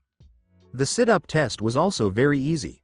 I easily won because I was at my peak in basic exercises and had what felt like endless stamina for most physical exams. Kachan tried to keep up, but it was impossible. In terms of the long run, really, someone tied with me. Yaoyorozu made a scooter that runs on solar power and kept going with me. In the end, we just talked for 5 minutes until Aizawa realized that neither of us was going to stop anytime soon. The scores have been averaged out for the sake of convenience. Oh, and about that expulsion. I lied. He lied then. Thanks to my Cha and Whis stats, I was getting pretty good at lying. It wasn't perfect, but it helped when someone wasn't trying too hard to hide something. Mama Yaoyorozu, the Midoriya Izuku, the Todoroki Shoto. Ike monoma nato I'm bakugo katsuki. A lot of people were happy with their scores, but Kachan was being a real jerk. I guess coming in 5th place hurt his pride a lot. Yosetsu Awase, who got the worst grade in Class 1A, was very relieved, but Yayorozu was shocked that they thought Aizawa was going to actually kick someone out. I went up to her to tell her how happy I was that she had won. Hello Yayorozu-san, that was a great performance. That quirk of yours is very useful in a lot of situations. She smiled and thanked him. Thank you, Midoriya-san. I can say the same thing about yours. It took me years to learn how to use my quirk at my level, but you did so well in less than one, it's really inspiring. You and I were going to get along great. Ochako said, Deku-kun. We should get going. Aizawa-sensei left our syllabuses on our desks. As she walked up to us, she saw Yayorozu and then introduced herself. Are you Yayorozu-san? My name is Uraraka Ochako, and it's nice to meet you. Yayorozu replied, yes, I am. He agreed that we should go back to class. As we walked toward the exit with our syllabuses in hand, Ashido glomped me from behind. I guess she had a rule that only one person could get glomped at a time. She yelled in a fake hurt voice, Midoriya-kun. That was amazing. Why didn't you tell us you could do all that? It never came up, I told her with a shrug, and she moved away from me. As always, Kirishima was there, and Tetsu joined the small group as well. I guess I was right. They became fast friends. Yayorozu seemed to get along with Ochako and Mina as well. She was surprisingly bubbly when you didn't expect it from someone who was so serious and focused. Our not-so-little group of 6 people walked together again before we were stopped again. Ida's voice came from behind me and said, hello, Midoriya-san. Is it okay if I walk with you too? I smiled back at him and said hello. Sure, the more the merrier, he replied. This led to a discussion about how Aizawa should have handled the class with his threat of expulsion and how it was inappropriate for a teacher to do so. Again, Yaoyorozu talked about how she knew it from the start. No teacher would really kick someone out on the first day. I'm sorry to tell you this, Yayorozu-san, but he wasn't lying. At least not about it being a clever trick. He was really set on getting rid of anyone who didn't show any promise. Most of the people walking with us are shocked when I tell her the bad news. And how do you know this Midoriya-san? Iida asked, interested. She didn't like how Aizawa was treating them like children. It's a byproduct of my quirk, it helps me read people better. It's not mind reading or even cold reading. I just have a way of noticing when things don't add up in conversation and stuff like that. A skilled liar can still trick me. I gave away some of my power. Even though Ochako already knew the real reason.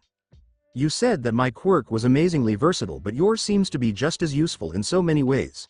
Super strength, speed, learning ability, and you can read social situations easier. It's almost as if your quirk can do anything. Yayorozu said my issue. It's hard to say that all of that is due to one skill, and when I get more quirks. That will be even harder to explain. Yayorozu said quickly as she walked over to a parked limousine. Well, I'd love to walk with you all, but I already have a way to get home. I'll see you all tomorrow. Which left most of us stunned. That's why the name Yayorozu looked like it was known. The hero family is very wealthy. Oh well, at least she didn't seem to be showing off her money out of spite. I think it's time to wake other people up. Okay, guys, don't stare for so long. We're going to miss our train if we don't move. That jolted them out of their stupor, and they all agreed to speed up. If you ask me, it was another good day. We all let loose a bit, and I even met a lot of exciting new people.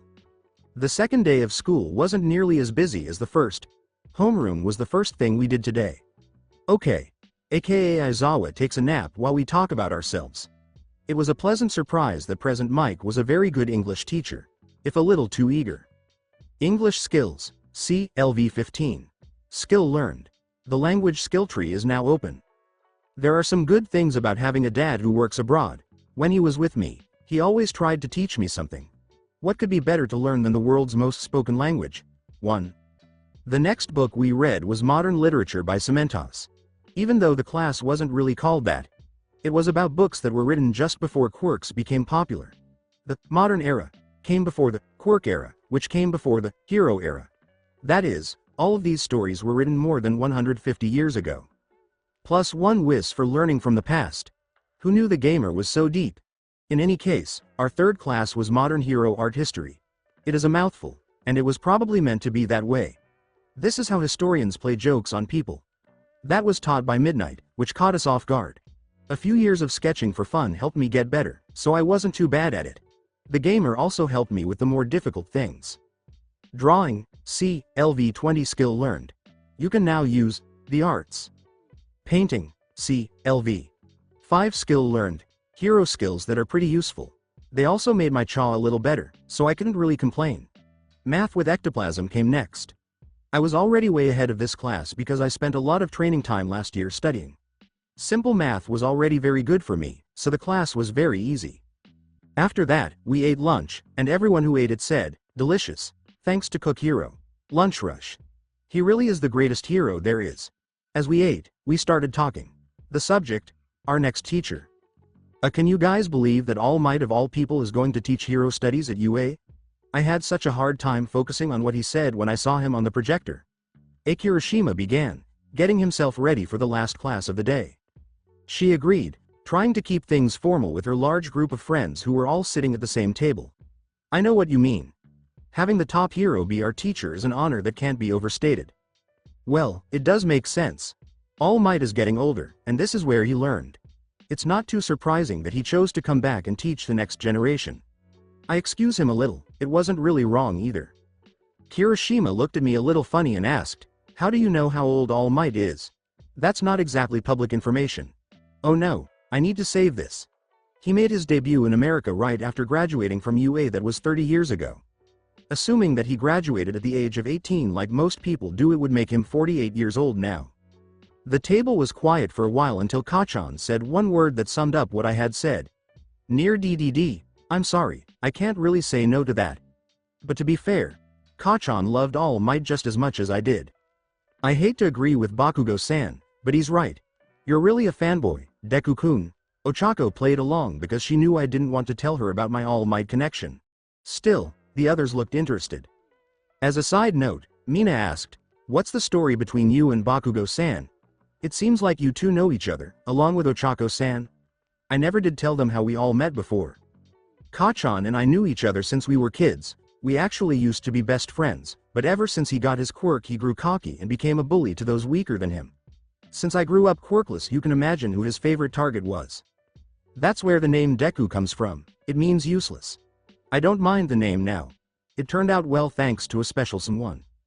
Then why do you let Ochako-san call you that? Is what she said about you liking that kind of stuff true? Mina asked with a fake gasp, and I choked on my drink. I asked her, oh cough Ochako-chan, what have you been telling them? She blushed and looked away, making me feel bad. And no, she started calling me that because she thought it sounded like Dekiru, the word for, you can do it. I liked that meaning and decided to keep it. After eating lunch, we went to Hero Studies for our last class of the day. It was late for All Might. For the first day. From what I know about him, he's probably getting ready to make a grand IAM. Coming through the door like a normal person. Yeah, his cheesy personality really got most of the students' attention. Ochako and I don't think so.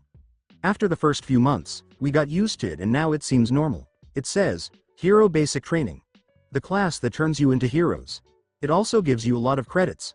I really hope it does, since it takes up 2 or more class periods every day. No time to dally, today's activity is battle training. At this point, it looks like he wants to see how everyone is doing right now, but shouldn't we be doing basic safety training and drills first? Usually yes, but I strongly believe that real-life experience always beats theory. Other lessons will be taught throughout the year, but I want to make sure you have a solid foundation in all of your skills first. Whoa, did I say that out loud? I thought I had stopped doing that years ago. No, you still say that all the time. We gave up trying to stop you after the 100th time. Ochako agreed. Just a moment. Did they just share that we're dating for a gag? Oh, look at the time. Everyone, please get dressed. Your hero costumes are finally done, and you can find them in these boxes labeled by seating order. Meet me at ground beta and forget everything I just said. He then took off, leaving everyone stunned and confused. So no one would ask, I quickly grabbed my costume and ran to the changing rooms. Even though I know I can't stay away from this forever, I'm going to try. My AGI score does help me get dressed faster, though. That's something. I'll be the first to say that my superhero outfit wasn't very good. Yes, it was in some ways. My mother made it, even though she had never done it before. It worked perfectly and didn't cost much. I was going to wear it, of course. This suit represents how much my mother loves me. I could do without the rabbit ears. I wasn't the smartest kid. I know I was trying to make it look like All Might, but still. That's great, he's laughing at them. Was it really that clear? It's cute, Deku-kun. You're like a rabbit, you're really fast, you're shy, and I've never seen you get tired, Ochako said as she and a few other students walked in. Oh my god, why? When I saw the skin-tight bodysuit, that was all I could think. I wasn't that lucky, though. Hers wasn't the only one. She thought it would be cool to wear something that would fit in at a disco party from the 1970s. At least Yanagi, Tsunodori, Komori, and Shiozaki didn't do too much. I meant that their clothes weren't too tight around the middle. Finally, there was Yaoya. Is no longer working. For technical help, please refer to the user's manual. Gamer's mind is temporarily turned off for laughs. Deku, calm down. You're dating someone, man. Don't look away. Face to face. The reason for my current mental breakdown was coming at me with a puzzled look on her face. Midoriya-kun, I'm sorry if this sounds rude or pushy, but what is your relationship with All Might Sensei? Damn, I knew she would figure that out and be brave enough to ask. It's complicated. I guess you could say he made me who I am today. No, that wasn't clear enough. They'll think the wrong thing. Oh my, I understand. Please forgive my rudeness. No. I think that was enough comedy for one chapter. Now that everyone is here, let's start training for battle. A team match between heroes and villains. The teams were picked at random, which makes sense. Iida was worried about the method and asked, Sensei, is it really smart to leave such an important choice up to chance? I made it clear by saying that heroes are often paired up with villains at random and that villains usually start fights between heroes. We each picked a number to see which team would go first. Asui-san and I got the A slots in the end. These were the other teams. Tetsu and Kirishima are on Team B, Todoroki and Koda are on Team C. Awase and Shishida are on Team D, Mine and Rin are on Team E. Komori and Yanagi are on Team F, Iida and Ochako are on Team G. Kodai and Shota are on Team H, Yaoyorozu and Tsunodori are on Team I. Shiozaki and Manga are on Team J. I said, nice to meet you, Asui-san. I hope we can work well together. She agreed, but asked that I call her by her first name. Of course. You can call me Izuku too if you'd like. I guess she was trying to make friends quickly, which I could understand. Now for the matchups. This box has 10 slots.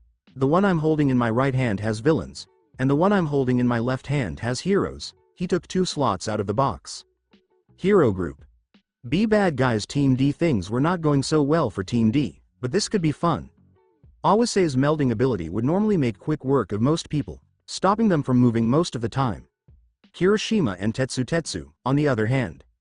It was so loud that All Might had to take out his earpiece for a moment to calm down. He just keeps charging at us like a crazy dog. Shishida yelled in shock. The poor guy had a pretty good plan from the start. Awase would use his quirk to stop the 2 hardening users from pulling off the inevitable Leroy Jenkins move, and he would then use his increased strength and speed as a beast to capture both would-be heroes. In fact, even if they were joined at the molecular level, it will take more than concrete or metal barriers to stop these 2. At the very least, it's making them heavier, which makes their punches stronger. While Shishida did his best to fight the 2 juggernauts, he knew that his strength had its limits. If it was just one of them, maybe, but the way they defended themselves meant that no attack would work. And because of their restraints, their punches had more power, which helped them win. Well, I guess charging into battle like a madman can be useful sometimes. I wonder how All Might is going to spin this. Telling his students to ignore safety would be bad. That, children, is why you should never be too sure about a plan. No plan survives first contact with the enemy. And all that. Sometimes your opponents will simply use overwhelming force and shock tactics to succeed. A decent number of heroes and villains overthink things sometimes, and it can lead to things like this happening. Smooth, I'll give him that, but the plan was good. The materials they had on hand just made it hard for them to do their job. Awase should think about getting materials for his metal blocks that are stronger. That being said, the 2 heroes had an equal impact on the battle, so I can't rightfully give the position of MVP to either. So I'll give it to both of them instead. These were the next teams to fight. Hero Team. The bad guys are H. This game wasn't even fair. Using Yanagi's poltergeist ability, Team F only had to send Komori's spores into their opponent's lungs to win. As they tried to catch their breath, they missed the hero team quickly defusing the bomb. They could go away whenever they wanted, which was good news because there were no long-term problems. That is a very scary combo. Great job, Hero team. You really made good use of each other's skills. Full marks, but please keep in mind that asphyxiation is a useful but dangerous combat technique, so please use it sparingly. I guess even All Might was a little scared by the images that mushrooms in the lungs brought to mind. Now while young Komori's quirk was the one to deal the damage, young Yanagi was the one to skillfully maneuver them into the villain's lungs. So I think it's fair to give her the MVP title. We had the next match. To our slight discomfort, Tsuyu and I were drawn as the bad guys, while Todoroki and Koda were the good guys. Like a gentleman, I gave our opponents a short nod, which Koda returned. But to my surprise, Todoroki just stared at me. Is he up against me or something? It made sense because of who his dad is, but there was something off about that explanation. This fight was going to be tough no matter what. The test I saw yesterday showed what Todoroki could do, and it didn't look good for Tsuyu in particular. So I asked Tsuyu-san, I'm guessing, but does your quirk make you easily cold? She, of course, said yes. Because she was a frog, she had to hibernate in the cold, and she hadn't brought any winter gear with her. She went on to talk about her other quirk, and when she said she could climb walls, my mind went into overdrive. Okay, we can work with this. Todoroki-san is no doubt going to try large-scale ice attacks first. He's shown more than enough power during the tests yesterday to prove that he can. When he does that, you should be outside the building to avoid the initial attack. I got you so far. I imagine that you want me to head to the lower floors and try to take potshots at them and possibly separate the two. I nod. It was a good idea. We would have one less problem to deal with if we could get rid of Koda. Good plan, although I should probably bring this thing to the top floor. It should buy us a bit of time. Meanwhile, you should head to the side of the building on the top floor and escape through a window from there. No sense in having the enemy see them. Now, it's too bad that her quirk didn't help her hide. Try to figure out what they're going to do first and then act accordingly. If they ever split up, kill Koda first. He's pretty tough and his quirk isn't based on fighting, so I'm sure you can handle him on your own. Tsuyu smiled as she smiled her way to the top floor. I laughed and did the same thing. It was really hard to get the bomb into the building, though, because most of the doors were just barely wide enough for it. Everything was ready. Tsuyu was about to leave when All Might gave the signal, indoor anti-personnel battle training. Start. The bomb was set off on the top floor. I guess this is it. Did it just get colder? From Tsuyu's point of view, Izuku-kun was right. He didn't even ask his teammate first. The whole building is frozen, even the outside. Scary. As luck would have it, Todoroki didn't even look at his teammate twice as he walked into the frozen building, leaving Koda alone and shocked. This is my chance. I squatted down and tripped Koda over with my tongue. I put some capture tape around his waist while he was trying to get up and avoid being seen. All Might told me through my earpiece, "Hero captured, good job young Asui."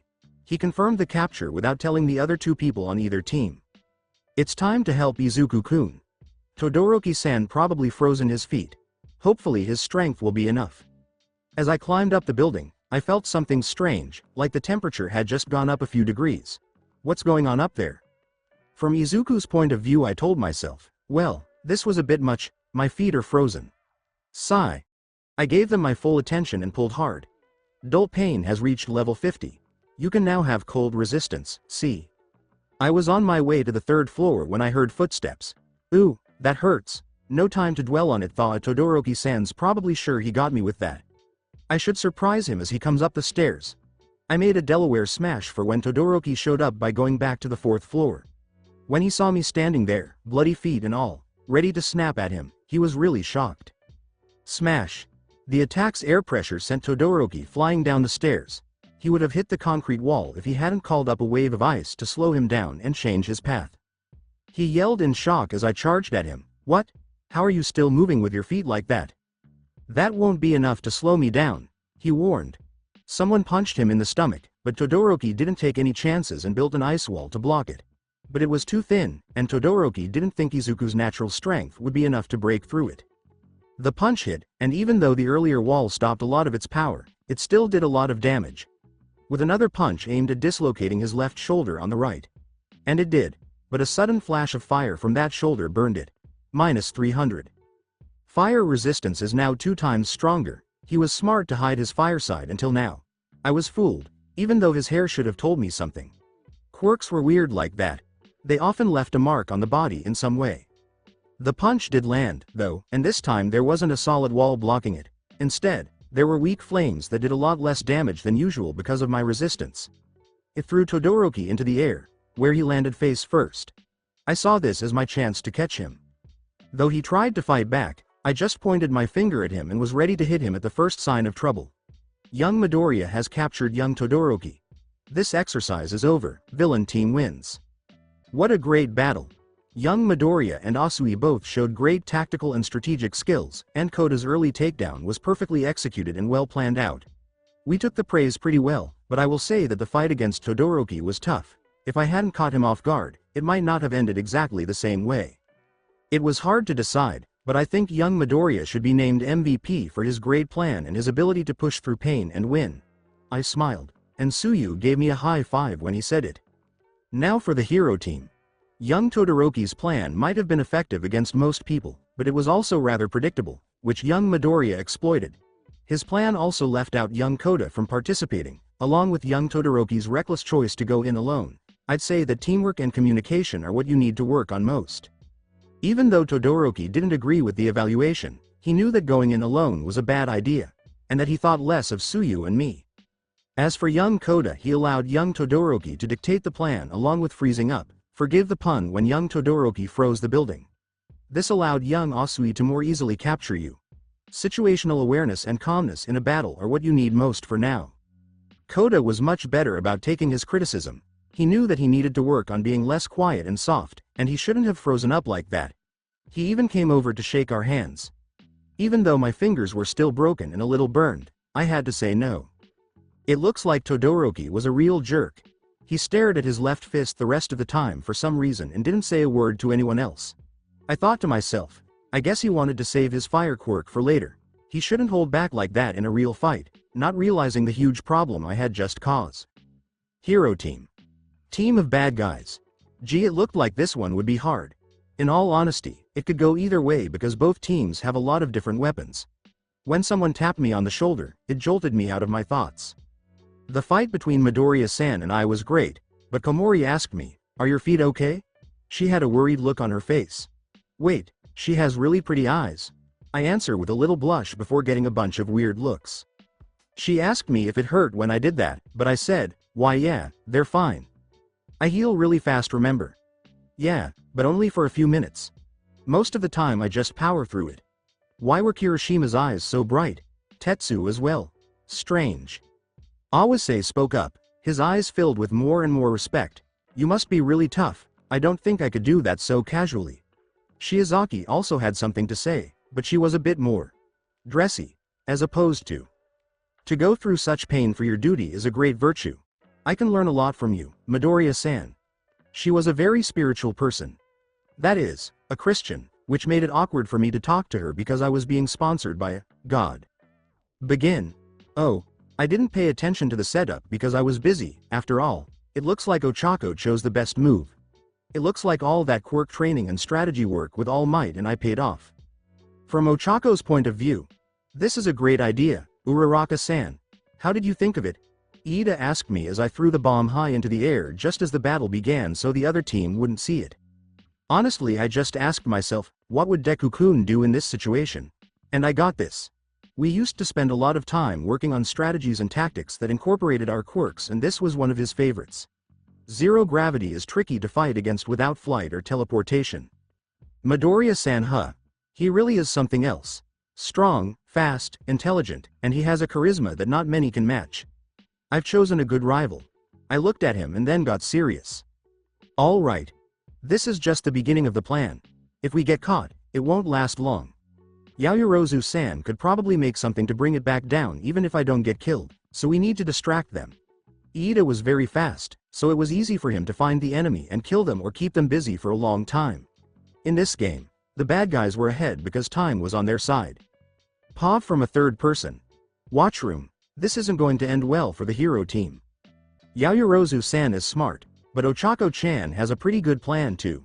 Even if the heroes do realize what's going on, they might not have enough time left to recover the bomb, and that's assuming that Yaoyorozu-san can create something that could reach it and bring it back down to earth without destroying it.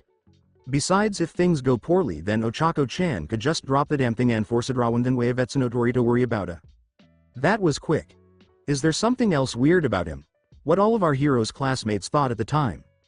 Even All Might, who was used to it, couldn't keep up. Be quiet, young Midoriya. You're missing the action, their teacher yelled, fed up with his replacement's nonsense. Right. Sorry I got carried away. Izuku thought the fight would be long and drawn out, and it had been. Of course, Iida spent most of his time bothering the enemy team and being a general distraction, while Ochako tried to set up weightless traps in different places to confuse the hero team as well. Yaoyorozu made a well-thought-out net trap that caught Iida in the end, but he wasn't the only bad guy. Ochako chose to stay out of sight for the rest of the test, which wasn't too hard since there was only a minute or two left. Time's up. Villain team wins. The battle ended right away. Yaoyorozu looked a little down on herself, but as soon as Ochako came out from hiding, she made her feel better. They all went back to the monitor room after Iida was freed. You all did a great job, but there can only be one winner. Young Uraraka came up with a clever plan to use her quirk to lift the bomb into the air. It was a catch-22 situation in a way, which he would have to fix if they did this event again. If young Uraraka was caught and forced to set off the bomb, it would fall and explode anyway, ending the match in a tie. That, along with her plan to use young Iida for hit-and-run tactics, and her pretty cool weightless traps, earned her the MPV spot. No one could really argue with this. She was a big part of her team's win and still was until the very end. She got a hug from Izuku and a handshake from Iida when she won. Now for the villain team, young Yaoyorozu did well utilizing her quirk to minimize the damage from young Uraraka's gravity traps and young Iida's constant attacks. While young Tsunodori acted calmly while using her quirk to keep young Iida on his toes. That, along with young Yaoyorozu's use of a net to capture young Iida, has earned you quite a few points even if your team technically lost. Good job all around. From Izuku's point of view, I checked on the hero team to see how things were going. There would be a short wait for the next team to be ready because we were moving the scene to a different building. Hey Yaoyorozu-san and Tsunodori-san. You two did great? Yaoyorozu smiled at me. But Tsunodori sat down a little more. I guess a shy one. Oh, she's from another country. Thank you, Mr. Green. I'm sorry if my Japanese is a bit slow. I'm glad I took those early English classes. No problem at all, I told her in English, which surprised her a lot. Because my English isn't good enough to pass, I say. My English isn't very good either. So we might be able to help each other out. Oh, you speak English very well. I thought only Momo knew how. Momo. Oh, I see. Things are a little less serious in the West. Based on the accent, it sounds like it's from the US. Yes, my dad taught me some when I was younger. He works abroad, so I picked up a few things. If it makes you feel better, you can call me Izuku. I don't mind. To be honest, I've never really cared what people call me. I was called Deku for a lot of my childhood, so being called by my first name wouldn't bother me at all. Is that so? Then to be honest, I would like to start calling you Izuku-san as well. You can call me Momo, of course. We've become pretty good friends even if it's only been 2 days. Yao Momo seems to be aboard. Wait. That's the perfect nickname. I'll use it as soon as I can. Sure. We're all classmates, after all, might as well try to be friends. By the way, do you walk to the train station after school? If so, you can come with us. We usually walk together with some other friends. I said, getting a happy nod from. At the end of the day, we had a new friend join our already large group. But we didn't really know what the next day would bring, even though one of our teachers was a teacher, so we should have. A reporter with a microphone right in my face asked me on my way to school, what's it like to learn from All Might? In the end, I was pretty mad. You can't just stop a kid in the middle of the street like that. There is no subtlety at all. You know we only had him for a day, right? That's not the point. You should all leave before things get worse. I'm sure UA doesn't like it when people bother their students right before class starts. I used my best Aizawa voice to scare them away for now. Not as lucky were my classmates. He's not here today, so don't bother this crowd. If you want to talk to him, come back another day, preferably after school. Aizawa did his best to push the reporters away, but it didn't work. There was no reason for them to lose. Before I quickly ran to the UA gates, I looked around to make sure the coast was clear and threw a Delaware smash into the air, which made a loud boom. That air pressure, was that All Might? I yelled, which got the reporters' attention, and they sprinted to find out what was making the noise. Aizawa smiled at the trick I used to get rid of the vultures and said, That should buy us a few minutes. Good work, Midoriya. I'll let the fact that you used your quirk without permission slide this time. Since some people have trouble moving quickly or getting through doors, the school thought it would be best to put up the UA barrier for the rest of the day. When we all got to homeroom, Aizawa started by talking about our battle trial scores from the day before. I've looked over your results and they're mostly fine. A few of you need to work on your decision making and on-the-fly strategy, but other than that, good job. However, he looked straight at Todoroki. Todoroki, confidence is important, but don't allow it to become arrogance. You entered enemy territory completely sure that you took out your enemy with no proof whatsoever. You also abandoned your teammate without sparing him a second thought. These aren't the qualities of a hero. I expect you to learn from the lesson Midoriya gave you yesterday. Okay, what he said might be true, but did he have to bring me in? This makes me even more sure that Todoroki doesn't like me. Aizawa moved on after Todoroki snapped back, yes, sir. Now it's time for homeroom business. I'm sorry to make this announcement so quickly, but today you'll choose a class president. Most of the people in the room were surprised at how normal it seemed. I guess they were still working on their hero projects from yesterday. A lot of students jumped at the chance, sometimes literally, but we chose Ida's smart idea of holding an election in the end, even though he was way too excited about wanting the job. I chose Momo as my candidate. Even though Ochako was great, she wasn't really ready to be a leader. Ida was also a good choice, but he had a tendency to think too much. The election results were a little surprising, though. As expected, most people got either 0 or 1 vote, which means they voted for themselves. However, 2 people stood out. 6 votes for Midoriya Izuku, 2 votes for Yaoyorozu Momo. You got 6 votes? I thought I'd get a few, but not that many. I knew Ochako, Mina, and Kirishima would all vote for me. But 3 more? After the votes were counted, Momo was elected as my vice president. At first, she looked a little let down, but she quickly got used to the position. Once we finished basic classes, hero training happened every other day. Because of this, lunch came around a little faster this time. We also got to meet the teachers of the 2 other boring classes. Powerloader and Snipe have a history together. 1. I chose to look for answers during lunch. In the middle of lunch, I asked, okay Spill, which of you voted for me? I already know Ochako, Mina, and Kirishima did. This made the other people flinch a little. I see now that I was right. I chose you because I thought you would be the best person for the job. I'm sure you'll do a great job, Midoriya-san, Iida said, still calling me by my last name because he was more formal than the others. I also voted for Izuku. You just seem nice, and I really didn't know the others very well. Sorry if you didn't want it. Pony shook his head. It's not that I didn't want it, I was just interested. To be honest, I thought Momo-san would have been the best choice, so I voted for her. The Ravenet in question let out a surprised yelp and looked away shyly. I think I know who the third unknown voter was. I don't know about you guys, but I've had a question that's been bothering me since yesterday. Oh no, I recognize that tone. Mina isn't going to let me off the hook with this one. How do you and All Might Sensei know each other? Yesterday he talked about you as if he knew you for a while. Think quickly, Deku.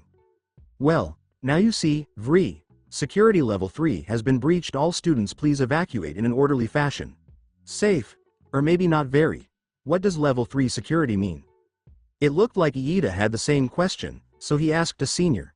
The senior told him that it meant the UA barrier had been crossed and that there were people inside the school without permission. I saw that everyone was freaking out, so I helped the other people at the table for a while pointing to the growing pile to make my point. I was lucky that I could get to a window and see that the people who were breaking into UA property were just a bunch of media vultures. For now, I had to find a way to calm everyone down. There would be hell to pay anyway. Momo-san, could you please make me a megaphone? It looks like some idiots broke down the UA barrier to get media attention. If we don't stop this soon, someone is going to get hurt. Momo replied, yes, and she then unbuttoned her shirt, which made the male students feel bad.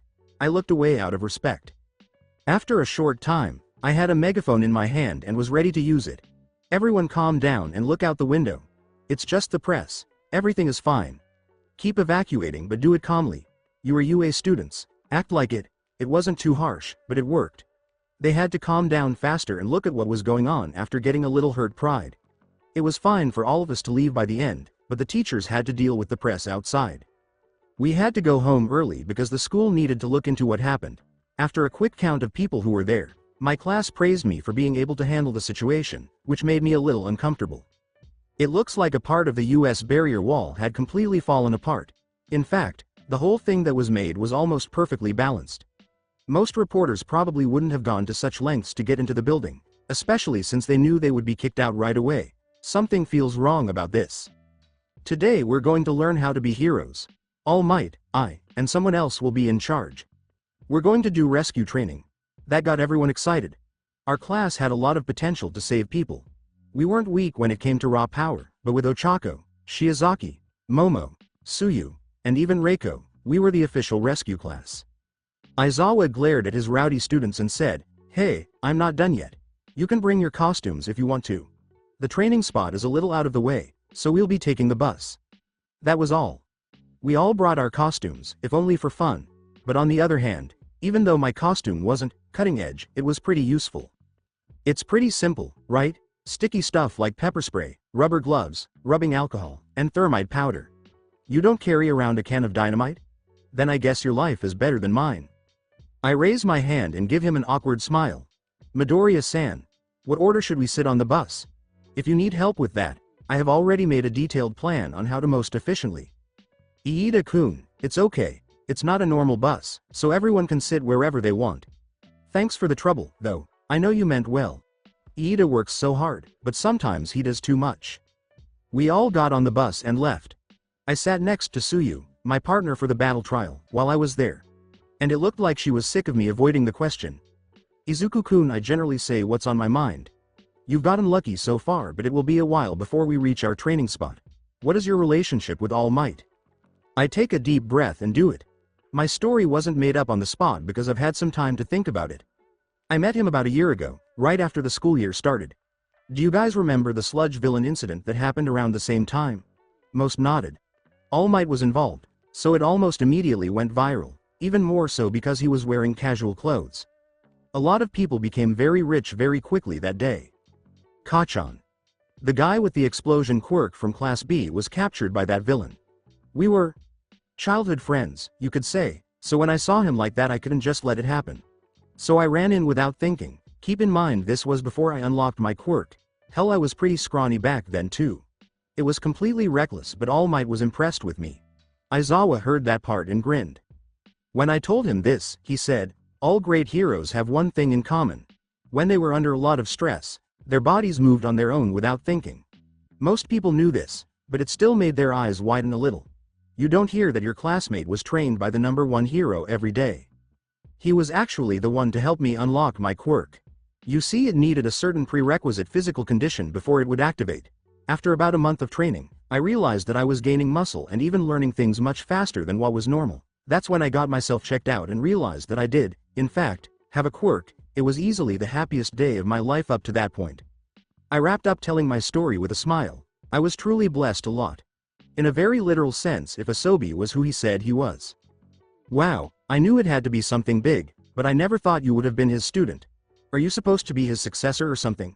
Shota said this as a joke, but I couldn't help but freeze up. Some students were smart enough to notice this. Thank goodness they didn't tell anyone else about that.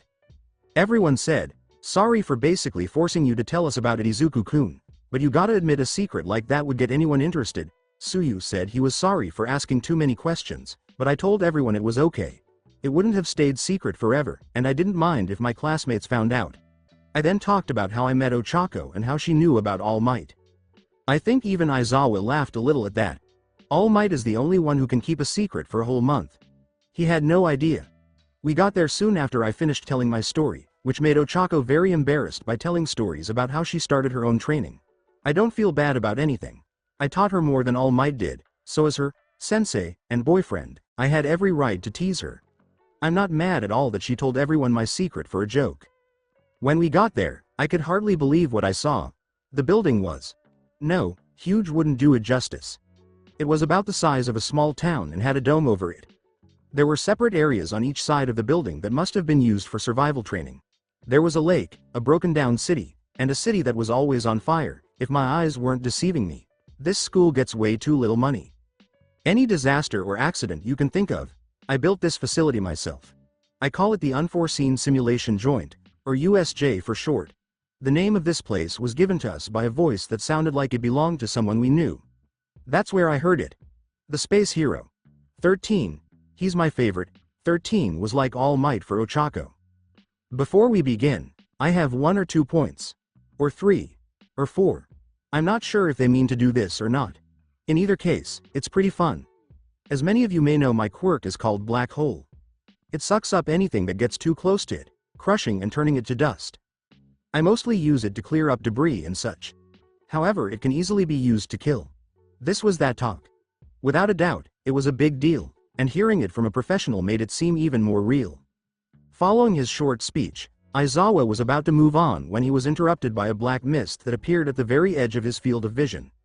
Huddle up and don't move. These are real bad guys. At that point, my mind was going crazy. At least I was able to name the 3 biggest threats. Thanks a lot for analyze. That bad guy with the black mist, isn't he a warper? And a strong one, too, because that's how he got so many people into UA. Then there's that hand bad guy. He was the first one to come out of the mist. Maybe the ringleader. And that one with his brain out. It makes me think of All Might for some reason. Yeah, that scared me to death before I realized that its end was just a shock-absorbing quirk. Not great, but it's still possible to beat. For some reason, that thing is so strong and fast that Todoroki might have been able to handle it by himself. Todoroki figured out that if they planned this out even a little, they would have a quirk user that would turn off the alarms. Momo asked why the intruder alarms weren't going off. As Todoroki said, 13, start the evacuation. One of these bad guys must be behind the jammed signals. I could tell Aizawa was ready to charge at the enemy, but I saw the flaw in that plan right away. Aizawa-sensei, wait. If you go in right now, it's all over. Most of those villains look like small fry, but that warper is a real issue. We can't afford to let him use his quirk freely. He looked at me with surprise but nods. He told himself, good job, Midoriya. I was about to make a rookie mistake. Thanks for that. Then he gave his new orders. I will keep an eye on the mist villain. 13, you and the students should run for the exits. We need help with this, and the safety of the students is our first priority. It was a good idea, but it didn't work out. Some of the bad guys were able to hit Aizawa, which made him look away from the mist villain. That small window was all he needed. You're a smartass, but I won't let you leave. Our name is the League of Villains, and we're here today to kill the symbol of peace. Excuse our haughtiness. That was all I needed to hear. There was no need to hold back with this one either. I jumped at full speed while using One for All at its current highest level of power, and my arms and legs didn't break. I broke many bones and tore a lot of tendons to get to this level of control, and I was about to push it to its limits, 15% Detroit Smash. I was going for the bad guy's shiny metal collar around his neck, of course. It was a pretty clear physical feature compared to the vague, cloudy body below the neck. 1. He tried to avoid me, but even at my normal speed, I was faster than cars. I think I could match Ingenium's speed at 15%. As I attacked, I kept an eye on the bad guy's stats, so it didn't come as a surprise that I took out 80% of his health in one hit. Not a lot of end heavy in this Kurogiri guy. He put most of his points into Int and Cha. With my finger on the exit, I yelled, got him, quick, run away. The others had to pick up their jaws off the floor for a moment, but they did it in the end. I should have checked to see if Kurogiri was really asleep, but I never did. Be gone. Was heard from below me. I tried to quickly jab him again, but my vision got blurry before I could. The next thing I knew, I was falling from the sky to what I thought was the mountainous zone's rocky ground. -30. Ow. I guess it's a good thing I worked on my blunt force resistance. I looked around and saw 2 more students standing on a plateau above me. Izuku-kun? Are you okay? You look like you took a bad fall. Momo asked from above me. I only gave them a thumbs up before my eyes got bigger as a bad guy walked up behind them. When they said, behind you, I jumped up and ran at them right away, pumping One for All through my body. I rushed the bad guy before he could do anything and gave him a straight punch in the stomach. He lost more than 10 health, which means I may have given him too much power. Thanks, Izuku-kun. We didn't hear him sneak up on us. Pony, the other student trapped here, thanked me for my help, but I couldn't really pay attention to her. At least 30 of the bad guys I saw earlier were trying to surround us. That's almost half of the bad guys I saw in the plaza. I guess that Warper sees me as a threat. He should have brought twice as many, that way they might have been able to stop me. There wouldn't be any trouble with these guys. It was in the high teens, and their stats were terrible. They might be a little hard for Momo and Pony to handle, but someone like Todoroki could kill them all before they knew what hit them. Getting back to that. Momo-san, try making some binoculars so I can check out the other zones. I can handle these bad guys to be. I quickly set out to disable them. I normally would have held back a bit more, but I couldn't get the picture of that Nomu out of my head if it was left to run wild. It was mostly for the legs I wanted to break their kneecaps and crush their feet, among other things. Take them out of the fight in any way you can. First, those with ranged quirks were attacked, and their weapons were taken away just for good measure. The rest fell quickly because no one climbed back up to carry them. It wasn't really a fight, it was more like a massacre. Momo turned around and saw the fighting going on right behind her. I found some of the others, Izuku-ku. I found Asui-san, Rin-san, and Manga-san on the ship of the flood zone. I don't think the bad guys know our quirks, because if they did, they wouldn't have sent Asui-san and Manga-san there in particular. A bark of Pika Pika 2 could be heard coming from the flood zone, electrifying the lake around it. I think any bad guy who was in that lake is now dead. I'm not going to talk about it. Momo also said that the landslide area was frozen over. Todoroki-san never lets me down. Besides the ringleaders, I don't think any of these guys could really hurt him.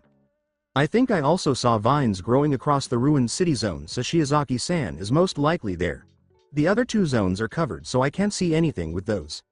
Iida-san, Ochako-san, and Mina-san are all at the entrance with 13 Sensei trying to fight off the warp villain, but they look like they're at a standstill.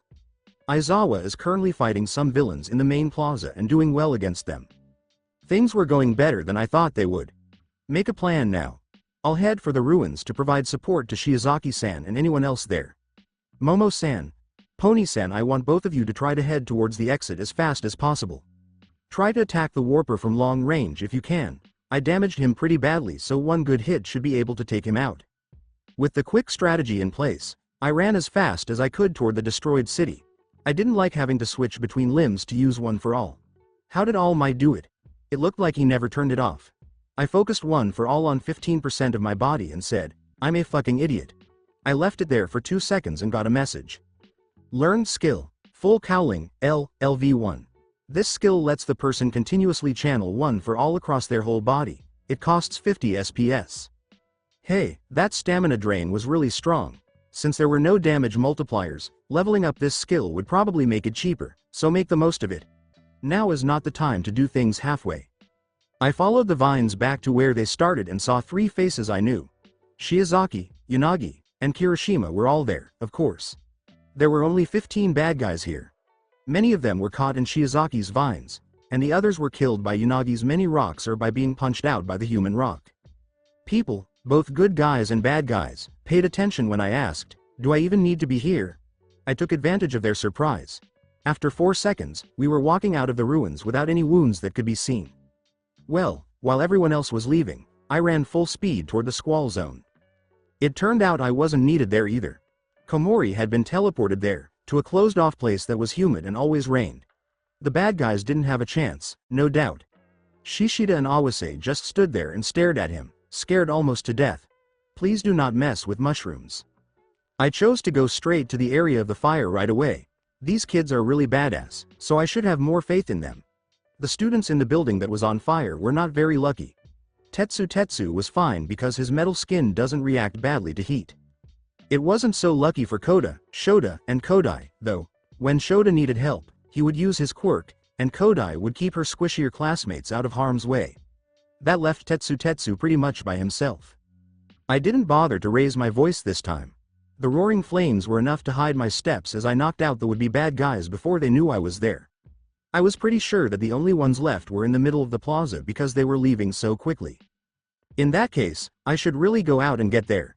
Even though Aizawa was strong, that Nomu would be too strong for him if it moved. I'm glad I chose to come in at that time. Shigaraki and Aizawa were about to get into a close fight that would not go well. When I said, Aizawa-sensei, duck, he jumped, but he did what I asked. That's a good thing too, because I was in the middle of a flying kick that was going straight for Shigaraki's head. I felt my foot hit something, but it wasn't where I meant it to be. I didn't do any harm. It's not like shock absorption at all. As Nomu tries to grab my arm, I don't have much time to think. I wasn't going to let that happen, so I pushed away quickly and took Aizawa with me. Whatever that thing is, hitting it felt like hitting vulcanized rubber. Physical attacks won't work, but I don't know why his brain is out in the open. It seems like too obvious of a weakness. Aizawa looked at their new opponent and came to the same conclusion I did. You there. You're that kid that attacked Kurogiri. Not bad, but do you really think that you can take on all of the villains I brought along? He talks a lot. Good, I might be able to fish for information. Other bad guys? You mean the ones that were sent to each zone and are currently unconscious? This makes him widen his eyes, but he soon calms down. Almost like he knew that would happen. Thai kids are really cool these days. Those jerks were just some street thugs we found. But to kill them all so quickly. Nomu, kill him. I could hardly see that thing move. It was almost as fast as All Might, and it was only because I had trained with the man for months that I was able to raise my guard in time. Minus 500 and still lose a quarter of my health and break my arm. We might have to change our minds. Midoriya. Aizawa called out to me out of worry, but he couldn't do much because Shigaraki kept attacking. Don't worry about me, Aizawa-sensei. This thing is doing what that guy tells it to do. If you can kill him, this might be over. For now, I'll just have to hold this guy off. I sounded a lot more sure of myself than I really was. I knew that the way I was, I had no chance against this thing. I really am a huge idiot, aren't I? Perhaps if I had a different quirk or some kind of wound. They didn't understand my question as I pulled out a cheap lighter and a small bottle of rubbing alcohol. Now, a smart person would use these things to make some kind of makeshift firebomb. Instead, my brilliant, crazy mind came up with something that would work much better but be much worse. Yes, I put it all over my gloves and set them on fire. Yes, both my teacher and the bad guys did look at me funny. Yes, I could hear Ochako giving me the finger from the exit as I did it. Did I care? Not at all, because my fists were now stronger against fire and it only cost me 5 horsepower. Did that mean something from a long time ago? Round 2, you fourth gear reject. Yes. Did I care? Not at all. I was too busy getting ready for the toughest fight of my life. Thank goodness the fire worked. In the end, my punches did some damage.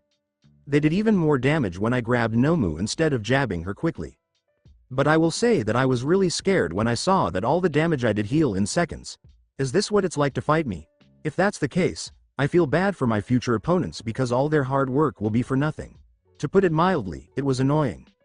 A wave of ice rushed past me and frozen half of Nomu's body solid. I was so mad that I barely noticed. Todoroki, you beautiful jerk. What's wrong with him? He looks really mad. He was giving me the evil eye, and it was focused on my hands. Not sure what. Oh, right. Before you ask, no, I don't have a fire quirk. I just put alcohol on my gloves and lit them on fire, as if that wasn't completely crazy. But the look on his face made it all worth it. Yes, the monster that was almost impossible to stop was still behind me. Forget it, just freeze the guy right away. My tone makes him pause for a moment, which is Nomu's cue to attack. It lost its left arm and leg, but it stood there like nothing happened. That was not okay with me. Now or never, this guy is too dangerous to wait. I send a full power thrust straight at its open brain. Using my arm as a spear to try to get around the shock absorption quirk. Kyoto smash, minus 1000. Even though I broke my arm, I'm glad my risk paid off. The attack clearly changed the shape of the Nomu's brain. The left hemisphere had a big hole in it, and the rest of it looked like it was squished together. I was shocked to see that the brain seemed to be healing itself, though much more slowly. For now, Nomu was taken out of the fight. Nomu. Damn it, Kurogiri, get over here, we're leaving. I charged at Shigaraki with all my might, but I couldn't quite keep up with the warper. The 2 leaders of this raid ran away, leaving Nomu behind. I can't stay idle any longer, damn it. I've only been at UA for a week, and already things have become difficult. I was still weak after these guys showed up out of nowhere and taught me a valuable lesson. If this Nomu was as disposable as I think it was, then I needed to get stronger, quickly. Midoriya, Todoroki, now is not the time to do nothing. Get the other students together and have them meet at the exit. We'll call the police once we're outside. I know it's been a long day for everyone, but we have to stay put until the police get the whole story. We both agreed, knowing that certain steps had to be taken after an attack like this. I also had to check on the others to make sure they were okay. It looks like Momo's plan to attack Kurogiri from a distance didn't work out. Hopefully, nothing too bad happened. But before all of that, when I asked Todoroki-san, "Hey, could you do me a favor and give me some ice for my burns?" He walked away without answering and didn't turn around once for fear of making me crack up. 2 hours after the USJ scene of the crime of my boy, I can't even begin to tell you how proud I am of you. But that doesn't change the fact that you're completely crazy. All Might's first words when I told him I had 4th degree burns. They used to be 6th degree burns, but regeneration is BS. People around us were scared as we laughed out loud. "Aw, come on, All Might Sensei. You know better than I do that sanity is overrated." Some of the people who were there were from my class, the UA staff, and All Might's close friend Tsukachi. In a polite voice, Tsukachi and Nezu asked, "Excuse me, I'm sorry to interrupt, but we need to ask you some questions about what happened. This is by far the biggest security breach in UA's history, so we'd like to know everything we can." I said yes, but first I wanted to call my mom. She must be really worried because all she knew was that there had been an attack. "My baby Izuku. What happened? I just heard over the news that UA was attacked." I tried calling but nobody answered and I just can't take it anymore. "Please tell me everything, Gasok. That's where I get that." "Don't worry, Mom. There was an attack, but it wasn't too bad. The bad guys they brought were really weak, so we took care of them before anyone even knew what was going on." She let out a sigh of relief but still asked if I was okay and said I sounded like I was in pain. Oh, about that. Well, I did get injured a bit, but it's not enough to worry about. You know I heal fast now and that it takes a lot to keep me down. I let my burns heal later. I think she would have a heart attack right now if I told her. I tried to calm her down for a few more minutes by telling her I'd be home soon and answering a few questions. Then I ended the call and walked to a private room with Tsukachi and the others. The questions were pretty simple. It was said that Tsukachi's quirk made him a human lie detector, so since he couldn't lie, everyone was pretty chill. This led to a pretty good relationship between me and the local police. It seems like heroes who are polite and logical are hard to find. Since the heroes are mostly modern celebrities, I could see that. So this Nomu creature had multiple quirks, along with increased strength and speed that had nothing to do with its quirks? I asked. Yes, I replied. I also said that it seemed mindless on its own, only moving when its master, Shigaraki, told it to or when he was attacked. Because warp quirks were so rare, Kurogiri was thought to be the most dangerous. They were almost impossible to stop unless you knew what the users would do. In fact, Kurogiri tried to capture Nomu a few hours after we left, but the police saw the portal opening and were able to lead the monster to a secret location, stopping the warper from getting his pet back. You did a great job, Midoriya-san. Your class responded quickly and effectively to the situation at hand, and from what I've heard, you led the charge early on. I'll be watching the sports festival later. Hopefully, you'll do even better there, he told me, leaving me to think. The sports event, huh? I forgot all about that. Normally, I would be getting ready. I would buy a lot of notebooks and pens, and I would organize them by color. I'm now actually going to take part in that event. It seemed very strange. So, when I left the room, I wasn't really paying attention. When I left the room, Ochako tackled me, which caught me off guard. "Deku-kun, are you okay? You looked really hurt when they took you in to be questioned." We were lucky to still be in the police station and not outside with the crazy reporters. Someone could have taken that the wrong way. This is something I'm thankful to the gamer for. I'm fine, Ochako-chan. Those bad guys didn't even hurt me. I was unable to scar. What about you guys? I couldn't help with Kurogiri because I had to fight Nomu with Aizawa-sensei. At first, she looked confused, but then she understood. Kuro. Oh. Do you mean the mist villain with the warp quirk? Yeah, we were fine. He couldn't do anything to us without calling us names, but if we attacked him, he'd just teleport us away, so we were stuck. I guess getting punched in the throat made him less strong in battle. Okay. I put on my superhero costume and grabbed a bottle of water. I began to sip it. I have been talking for 3 hours now. I asked her something I'd been thinking about for a while after a few sips. That's great to hear. Are the others here too, or did they leave? I was in there for a while. I think most of them left. Their parents must be really worried about what happened. Actually, Momo-chan decided to stay along with Pony-san. They're waiting for us just outside. Honestly, with the way they were acting, I half expect them to declare their love for you. PFFTT. My water is gone. I aimed it at a nearby trash can, which kept the cleaner from getting mad. WHWHWA. I think Gamer's mind wasn't working right. I was reacting so badly that I couldn't stop myself. All I could do was look at Ochako's smirking face and try to breathe out. You cough, you were joking, right? Cough cough. Not at all. They kept telling us about how you single-handedly took out over 24 villains, and that the first thing you thought of was to help everyone else who got teleported. Normally I would be surprised, but this is you were talking about. Pony-san in particular was blushing heavily when she talked about you. Her smile keeps growing as she talks. The blush I had wasn't much better than the one she talked about on Pony. Why are you so calm about this? Also, don't they know that we're already? There was another smirk, but this one had a hint of shame in it. We've never said it out loud, but we've dropped a lot of hints. Sorry, but Momo-san and Pony-san are pretty naive. They're definitely inexperienced, but then again, so am Iya. We've only been together for a little under a year. That's where the shyness came from, but it still hasn't answered the question. Besides, I knew from the beginning that other girls would be interested in you. You're just too amazing for anything else. I obviously don't blame those two for having feelings for you, and if I'm being completely honest with myself, I don't think I could keep up with you alone. I have no idea. What the heck, I'm going to say what I really think. Ochako-chan, I want to make myself perfectly clear. You are more than enough for me. In fact, I don't even think I deserve you if I'm being honest. Not only have I kept secrets from you, even now, but you just accept it as if nothing's wrong. You are the kindest, most selfless girl I know, and I wouldn't trade you away for anything. I'll leave whatever comes next to you. Just know that I'll support your decision no matter what. It looks like Ochako has had enough of my talking and has decided to shut up. I don't think I have a problem with the way she does it.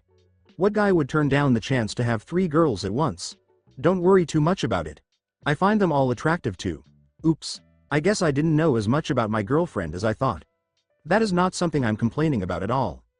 Izuku-kun, you're back. I thought I heard you. Maybe we shouldn't have done that while people were waiting for us in the next room. Hey, Momo has lost all of her motor skills. Embarrassed squeak. She's so shocked that she can't even speak straight. When Pony walked in soon after, she wasn't feeling any better. Hey Momo-chan and Pony-chan. Thanks for waiting so long. Deku-kun and I have been talking for a while, and I'll just say that you and Pony-chan have nothing to worry about. Now I have to go. My parents wanted to check on me to make sure I was okay, so I have to catch the train. Later, she left, leaving behind 2 girls who didn't know what was going on and a boyfriend who was scared but excited. I love that woman so much. Pony and Momo didn't have the benefits of Gamer's mind, so I got better first and decided to move things along before things get even stranger. Thank you both for waiting for me. I'm sorry I was so rude, but I need to call my mom. I already did that, but she's the type to worry anyway. I was the same way, at least before I had a real god mess with my head to calm me down. Izuku, are you okay? You haven't called in hours? She asked after I had tried for 5 minutes to reassure her that I was fine and that she could stop questioning me. After you showed her Pony and Momo, she finally calmed down for a while. If you're still hungry after a long day, I made a big dinner, but I think I might have gone overboard. Would your friends like to come with you? We might not be able to finish it all by ourselves, and it's getting late. That was a good idea. It was the least I could do to thank them for waiting for me for so long. What do you girls think? I get it if you want to go home instead. Your families must be scared after what happened. To my surprise, both of the girls said no, because they lived alone. My parents are currently in Europe for a business trip, so they can't visit just yet. They've sent their well wishes though and are trying to wrap things up as quickly as possible. Even then, I live on my own in a nearby house that my family owns for schooling while my parents live in Osaka. Momo said, casually hitting me with a wad of money. And my parents live back in the US. I came to Japan by myself because it was cheaper to study in the US, so it makes sense that they can't come visit me at such short notice. In the end, they made it work, and we had 2 guests over for dinner. It's okay to forget about how awkward Ochako's earlier comments were for now. We knew it wouldn't last forever, but for now we were content to just eat together while my mom met some more of my friends. It was fun. Maybe we should do something like this more often, and of course, Ochako should come along. At the end of dinner, we talked about how we were going to get ready for the sports festival that was coming up. Like me, they had forgotten all about the festival because of all the chaos at the USJ. At least they showed that they were excited about it. After they left, I chose to spend the last half hour before bed going over my character sheet to see what had changed. It's been about 2 weeks since I did that, and with what's been going on lately, I needed something to push me. When I opened the game manual I got at the start of my first strange adventure, I saw something very exciting and interesting. Some of the locked pages were finally unlocked. A gacha system, item upgrades, a crafting system, and Yar days. That's great. I thought I could put this off until later, but it looks like Fate has other ideas. Excellent work. You can now play in a new mode because you did something special. Dating Simulator can now do everything it's supposed to. Tiger, go get them. When you use this feature, The game is not responsible for any mental stress that might come up. Be very careful when using. Okay. I think I'll save that cursed mode for last. Let's deal with that gacha system first. If it's anything like the mobile game versions, I shouldn't expect much. I was mostly right. It was a pretty simple system. I only have to pull once a day, and RNG does the rest. There was even a chance that each rarity would spawn. With each pull, I'm sure to get a universal item. After that, a common item will drop 80% of the time. Then 60% for rarely seen items, 40% for rare items, 20% for epic items, and 1% for legendary items. The rollover for today might as well be over with. They all had a stack of 10,000 yen bills. Not being negative, the everyday thing that fell was a Swiss Army knife made for the military. Good job. The rare item also fell, leaving me with a pair of knuckle dusters. Certainly helpful. Surprise! A rare item dropped too. It was some kind of strange clear drink. As I was about to look into it, to my even greater surprise, an epic item also dropped before the gacha wheel went dark. As I went back to look at the rare drop first, I thought, lucky me. This express potion doubles your express gains for an hour after use. I'm definitely going to save this. I need to spar with all might for a while and drink this before the fight. Already, the free levels are making me hungry. Okay, Deku, put down your new favorite drink. It's time for the epic level item. I was pretty excited. If that rare item was good, imagine how much better an epic one will be. A quick look at it tells me what its secrets are. Skillbook. Jeet Kune Do. Epic. Be like water, my friend. Teaches the basics of Jeet Kune Do, the famous fighting style of the great, quirkless fighter Bruce Lee. This style is all about being unpredictable. It doesn't have a set style. Instead, it uses elements of dozens of other styles and improvised moves to be as effective as possible in battle. It's great for people who are slim and athletic. A way to fight, and a pretty new one at that. That name, Bruce Lee, sounds like someone I know. I'll look him up later and see if I can find some practice material for the skill. But first, I should check out the other new features.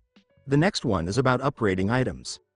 If you've ever had a problem that you couldn't solve on your own, have you ever tried throwing money at it until it fixed itself? Well, now you can. This feature lets you throw money at an object until it prestiges and gets stronger. Want to hit a Nomu over the head with a plunger? Now you can, as long as you throw a few million at us first. It was pretty clear how to use yen or any other currency to improve my gear, making it stronger, more durable, lighter, etc. Since it was easy, I moved on to the crafting system. You know how you pick up a lot of trash and just throw it in your inventory? Now they have a use. Build things based on your int, wis, and skill level. Int gives you blueprints for possible weapons. Wis boosts the stats of any weapon the user comes up with.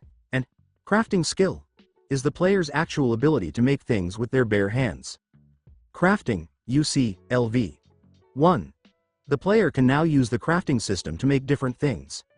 Each level gives them +1 AGI and +1 int, and it raises the int level cap. Finally, that level cap on my int was driving me crazy.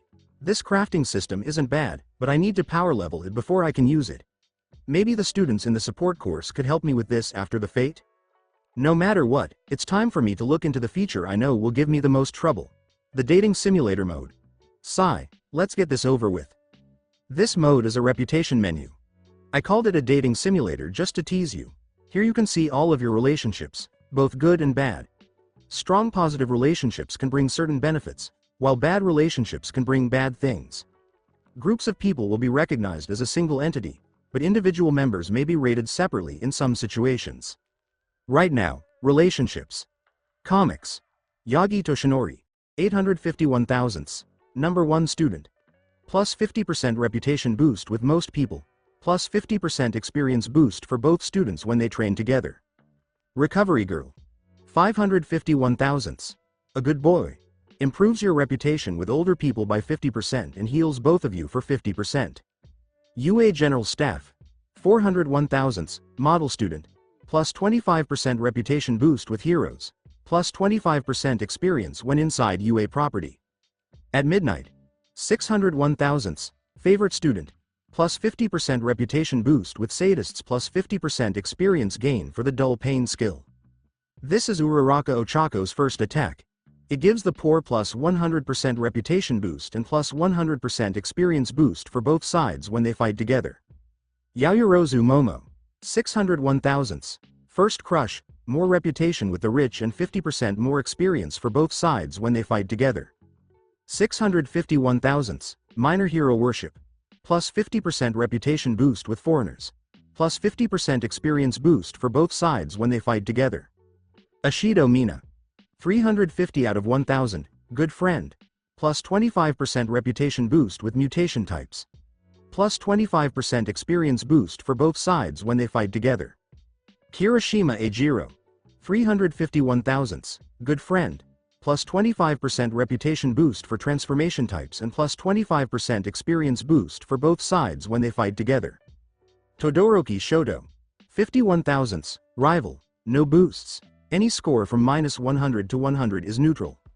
Class 1A. 501 thousandths, beloved class rep. Plus 50% reputation boost with UA hero students plus 50% experience boost when training with class 1A. Yes, these boosts stack. Minus 51 thousandths for Bakugo Katsuki, begrudging rival. Class 1B. Minus 101 thousandths, leader of the rival class. Support class for UA. 101 thousandths, respected class rep. Top student at UA gets 201 thousandths in the pro hero community and gets a 25% reputation boost with pro heroes. Neutrals. All people. 151 thousandths. UA hero student. Plus 25% reputation boost with most people. Regular UA students get 201 thousandths, respected hero rep, and all UA students get a 25% reputation boost. Bad guys. For criminals, you get a minus 401 thousandths reputation rating and a minus 25% experience boost when fighting with criminals. League of Villains. Minus 1001 thousandths, sworn enemy. Minus 100% reputation with the League of Villains. You will be personally targeted. Max reputations can't be raised or lowered unless there are special circumstances. That about sounds right, but I have to say I'm surprised at how well liked I am by people I haven't even met. Being a UA hero student must mean something to most people. To be honest, I was just glad this wasn't some kind of harem builder or something equally silly. This was actually very helpful. Wow, it's already midnight. Well, at least tomorrow is not school, which is good. After work, I'll look up that Bruce Lee guy to see what I can learn from old videos of him. That way, maybe I can. I kept making plans while doing my best not to think about what had happened earlier. Tomorrow it was strange for me to wake up to a knock on my door. Mom usually wakes up before me, and we didn't have many visitors, so this could only be a few people. On the other hand, I could have just slept in, because I could hear my mom's voice and a few other familiar ones. I got dressed and went into the living room, where I saw 6 familiar faces. Ochako, Kirishima, Momo, Pony, Mina, and Iida. They were all there, waiting for me. Good morning, Deku-kun. We're sorry we came over to your house so early, but we wanted to spend the day with you. All Might Sensei also wants to talk to you later tonight. Oh, I see. That's what happens when I stay up too late. My phone must be full of messages now. To the surprise of my guests, I quickly pulled it out and read and replied to the 30 or so messages I received. Intense studying and ungodly int FTW. I thought to myself as I turned my attention back to the guests. Holy crap. What do you mean for a living computer? How fast did you type? Way too loud for this early hour. Mina yelled. Oh, wait, it's noon. How long did I sleep? Do you think I can keep up with my own speed? My eyes and fingers move as quickly as the rest of my body. Okay, that sounded better in my head. Luckily, no one was paying attention enough to catch me. The reason we came over was to invite our class representative to train with us for the sports festival. What do you think, Midoriya-san? Iida asked on behalf of the group, and I agreed after giving it some thought. I needed to train anyway, and with my new experience boosts, group training became a lot more appealing to me. Sure, but since school is out today, we can't really go there. Follow me to Dagoba Beach, where we used to train. They looked at each other blankly before agreeing. Oh, I see, I forgot to tell them about Dagoba, did I? People who hadn't been there before asked Ochako and me about Dagoba Beach as we jogged there to warm up. This is where Ochako-chan and I trained with All Might Sensei. They got excited, I guess because they wanted to see where I got so strong so quickly. We sped up and made it to the beach in 30 minutes, even though some of us were out of breath from running. Phew. Do a good run. Is this the place? It looks great, the sand is almost completely white. Kirishima yelled as he looked over our training area. The girls were also enjoying the view, and the clear water made their eyes sparkle. That's all the sightseeing I need for now. I understand that it's pretty, but it's already noon. Let's get down to business, I shout, getting everyone's attention. I think we're all pre-warmed up after our short run. They look at me and get ready. I nod and start to explain my plan. I've been going to the sports festival for a few years now, and every time I go, they start the games with a speed contest to get rid of some of the crowd. I think it would be best for us to work on our dodging and agility at the same time, since messing with other contestants is usually okay. It was crazy how many students were hit with projectiles in the preliminary rounds. I get it. Do you have a specific plan for how we should do this, Midoriya-san? You're already faster than me, so it looks like you've done a lot of speed training. I agreed, and I asked Momo to make us some balls. I asked her to make volleyballs because they were small, light, and we were on the beach. We'll train with these volleyballs that Momo-chan gave us. We will each be the runner for a while the other 6 people hit the runner with their volleyballs. There will be a total of 3 runs for each of us. Every time a runner is hit, they get points. The winner is the runner with the fewest points. I made up our training plan on the spot. The fact that it was fun was just a coincidence, I swear. No matter what, everyone handled it pretty well. We had a lot of fun and also got a lot of training because we let quirks be used for throwing and dodging. This is especially true when Momo and I brought in mechanical ball throwers and Delaware smash balls. Kirishima was used to taking hits instead of dodging, so this was a nice change of pace for him. Ida's pure speed wasn't great for quick turns, so he had to quickly get used to the training if he wanted to do well. Mina was a good rounder. Her throws had more range because she covered the balls in a sticky acid, and she was naturally athletic and good at acid skating, so she could move around a lot. Pony was a surprisingly good player. Her 4-legged mode gave her extra speed, and her horns gave her throws more power and control. Momo, on the other hand, as we already said, just made a mechanical ball thrower and aimed it herself. Her natural athleticism helped her dodge pretty well. Ochako was a bit of a surprise. She threw the balls the 3rd fastest of all the judges, and being able to float for short periods of time gave her more options when dodging. The training she did with me earlier in the year also helped her reaction times. I really did win this game. The only people who even came close to hitting me were Ochako and Pony. Ochako because she knew how to avoid my hits because she had played with me for a long time, and Pony because she could move her balls around a lot more than the others.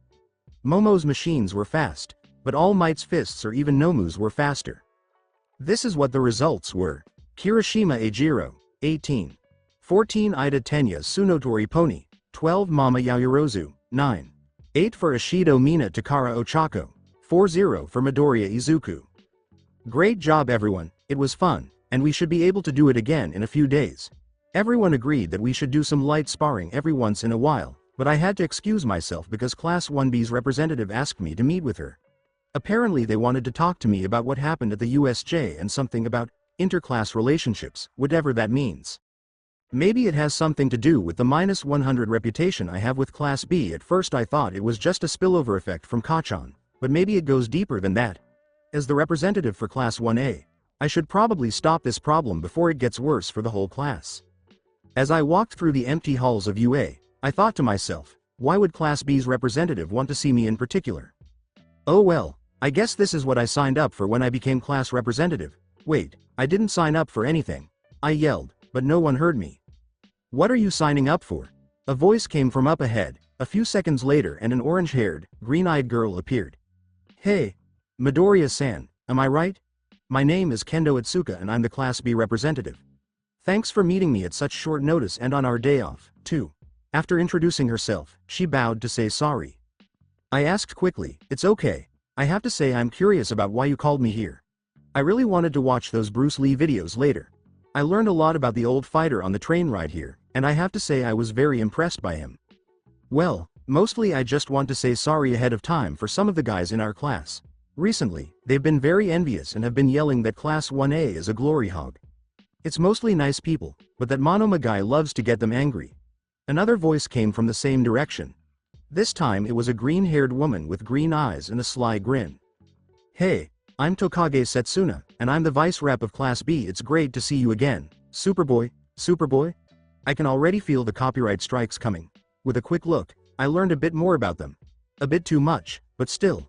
And could tell that Tokage was a pretty laid-back person. Wait, meant for me to bring our vice representative too? I'm sorry, I should have asked her sooner. I'm sorry, I wasn't planning on bringing Momo with me. They just shrugged it off, saying that Tokage came along on a whim. And what did you say about meeting your vice representative? Isn't she the one who did the best on the fear test? Good catch. Tokage exclaimed with a thumbs up. I might have believed her if I hadn't already thought about her. Nice try, Tokage-san, but I'm used to being teased. Some people in my class wanted to train with me, so we left earlier. We need to keep our skills up to date for the festival, after all. Tokage was a little annoyed that they didn't react, but they did seem interested in the training. Say, it may be too much to ask, but do you think we could join you? Most of our class lives far away, and the people who don't aren't the most friendly, Kendo said in a resigned tone. He was probably talking about Kachan. I say, I understand, which surprises them a little. I don't mind if you join us. Here's my number. I'll set up a group chat so that everyone can talk to each other. Since we only have today off, we'll have to make up our own schedule. Getting so many people to work together was going to be hard, but it was for the best. We should have some free time from now on to prepare, so we can start there and train together after school whenever we can, I said as I looked up at their happy faces. Thank you so much, Midori-kun. That doesn't mean we'll be easy on you during the festival, though, Tokage yelled as he quickly hugged me. After getting over the sudden hug, I smiled and said, goodbye, as I left. I'd rather not have it any other way. See you later, Tokage-san and Kendo-san. It was already noon when I left campus. At least I don't have to eat as much anymore. The gamer did punish me for being hungry, but it wasn't too bad. As long as I don't go crazy and avoid eating for a week or something, I should be fine. There was a short message exchange between me and All Might about when and where to meet. He replied a few minutes later that 8 o'clock at the beach would work. That gave me 7 to 8 hours to finish what I needed to do before I had to leave. Let's begin with those Bruce Lee movies. I could train with the style on the way home, but I had to wait an hour before I could do that at home.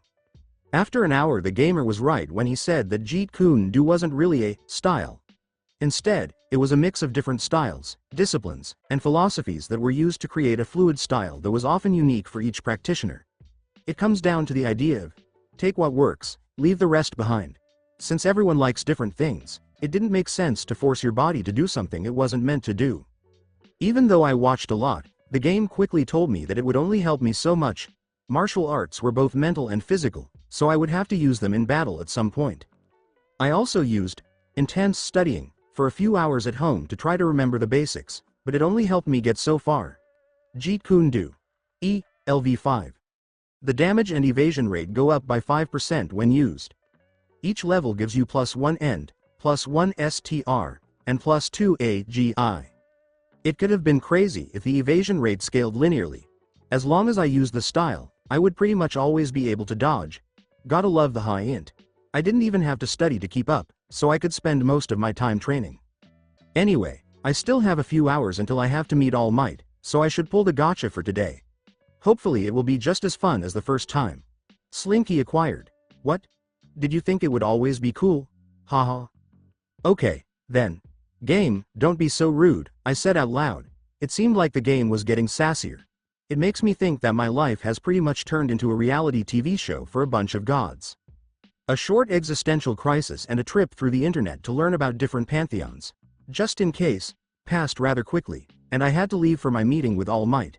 I didn't have to worry about time, though, because I was running so fast that what used to take me 30 minutes now only took me 30 seconds thanks to my speed boosts. Hi there, Midoriya. So I guess I made the right call after all, All Might said as he greeted me in his shrunken form, his eyes fixed on the sunset. I quickly joined him, and he began to explain why he had called me here. I meant to wait until you were a little older, but you've changed a lot since we first met. Because of what happened yesterday, you should learn about the history of One for All. It's about two brothers. All for One was the first bad guy, and Nomu was the first person to use One for All. If Nomu was any indication, All for One was still alive and would be coming after me next. I guess this explains why I have a -1000 reputation with the League of Villains. I wasn't too surprised that All Might and I had an arch-enemy. That's pretty normal for heroes in general. What did surprise me was what All Might asked me to do next. The sports festival is coming up, and I think this is a great time for you to let everyone know you're here. My time as the symbol of peace is coming to an end, and the people need to know that the next generation has arrived to take my place. He changes into his muscle form and puts out his hand to me. Young Midoriya, I want you to play your best in the next games. If you win them all, that means you're ready for the next level. If you win the tournament, I'll publicly name you as my replacement when I give out the medals. In times like these, I was thankful for Gamer's Mind the most. Before, I would have broken down in tears, but now all I could do was shake his hand and promise I wouldn't let him down. Start the training montage, keep going. Everyone, when you get a hit, everyone can rest. I yelled as I dove out of the way of my training partner's attacks. They were trying hard, but with a 15% full cowling, none of them could really keep up. Or at least that's what I thought until Momo shot me with a net gun. Oh, that's just a... The net was so big that I had to quickly chop at it to avoid the attack. Okay, I'll count that as a hit. Good job, Momo-chan. But don't count on nets to work on some people. Many of our classmates could just destroy it before it hits them or move around the field in 3 dimensions. Bakugo, Todoroki, and Kuroiro would not be slowed down at all by it. Huff huff. How the hell are you moving so fast? My quirk was that you could adapt. What did you adapt to that made you so good? Tokage yelled at me while she caught her breath. Kendo tried to hide it a bit, but I can see her glaring at me too. Your stats tend to go through the roof when your first training partner is All Might. This is even more true since All Might has no idea what the word, hold back, means. I still felt pain from the dozen times I was stuck in the beach wall. You worked out with All Might. The girls in Class B yelled, making me grimace. I had forgotten that only the girls in Class 1A knew that little secret. Oh well, it wasn't a problem because it would be out in the open soon enough. Oh, I'm sorry. I forgot to tell you guys. In fact, I was asked to tell everyone about it at the festival, so it's not really a big secret. Do not worry about keeping it a secret. I told them I was sorry and that I did not mean to keep it from them. The other members of 1A became friendlier with the Class B reps after seeing how we trained together. In fact, many of them chose to train with us, along with a few more members of 1B who put aside their pride or didn't care about the rivalry between their classes. Some new members, Komori, Tsuyu, Jiro, and Kuroiro, joined soon after we started. They fit in pretty well, but like the others, they weren't used to training hard for long periods of time. It was nice to train people again. Ochako was fun to teach when we first met, and building these guys up was even more fun. We trained for 3 to 4 hours after class in one of the training grounds, or we went to the beach when we couldn't get permission. When I finally got home, I pulled from the gacha system and got the following. 10,000 yen 5 times, a butcher knife, 4 by 5,000 yen worth of silver, a green trench coat, green swimming goggles, a 13 watch, and a kiss from a very happy Ochako. Common things include a Rubik's Cube, a small gold plate worth 50,000 yen twice, an emerald, a clear diamond, a smartphone. Thanks again, Ochako. Red sneakers. Nice, my old ones were pretty useless after all the running. Boxing gloves. Red. Sneakers. An English-Spanish dictionary, a solar battery charger, and a bicycle.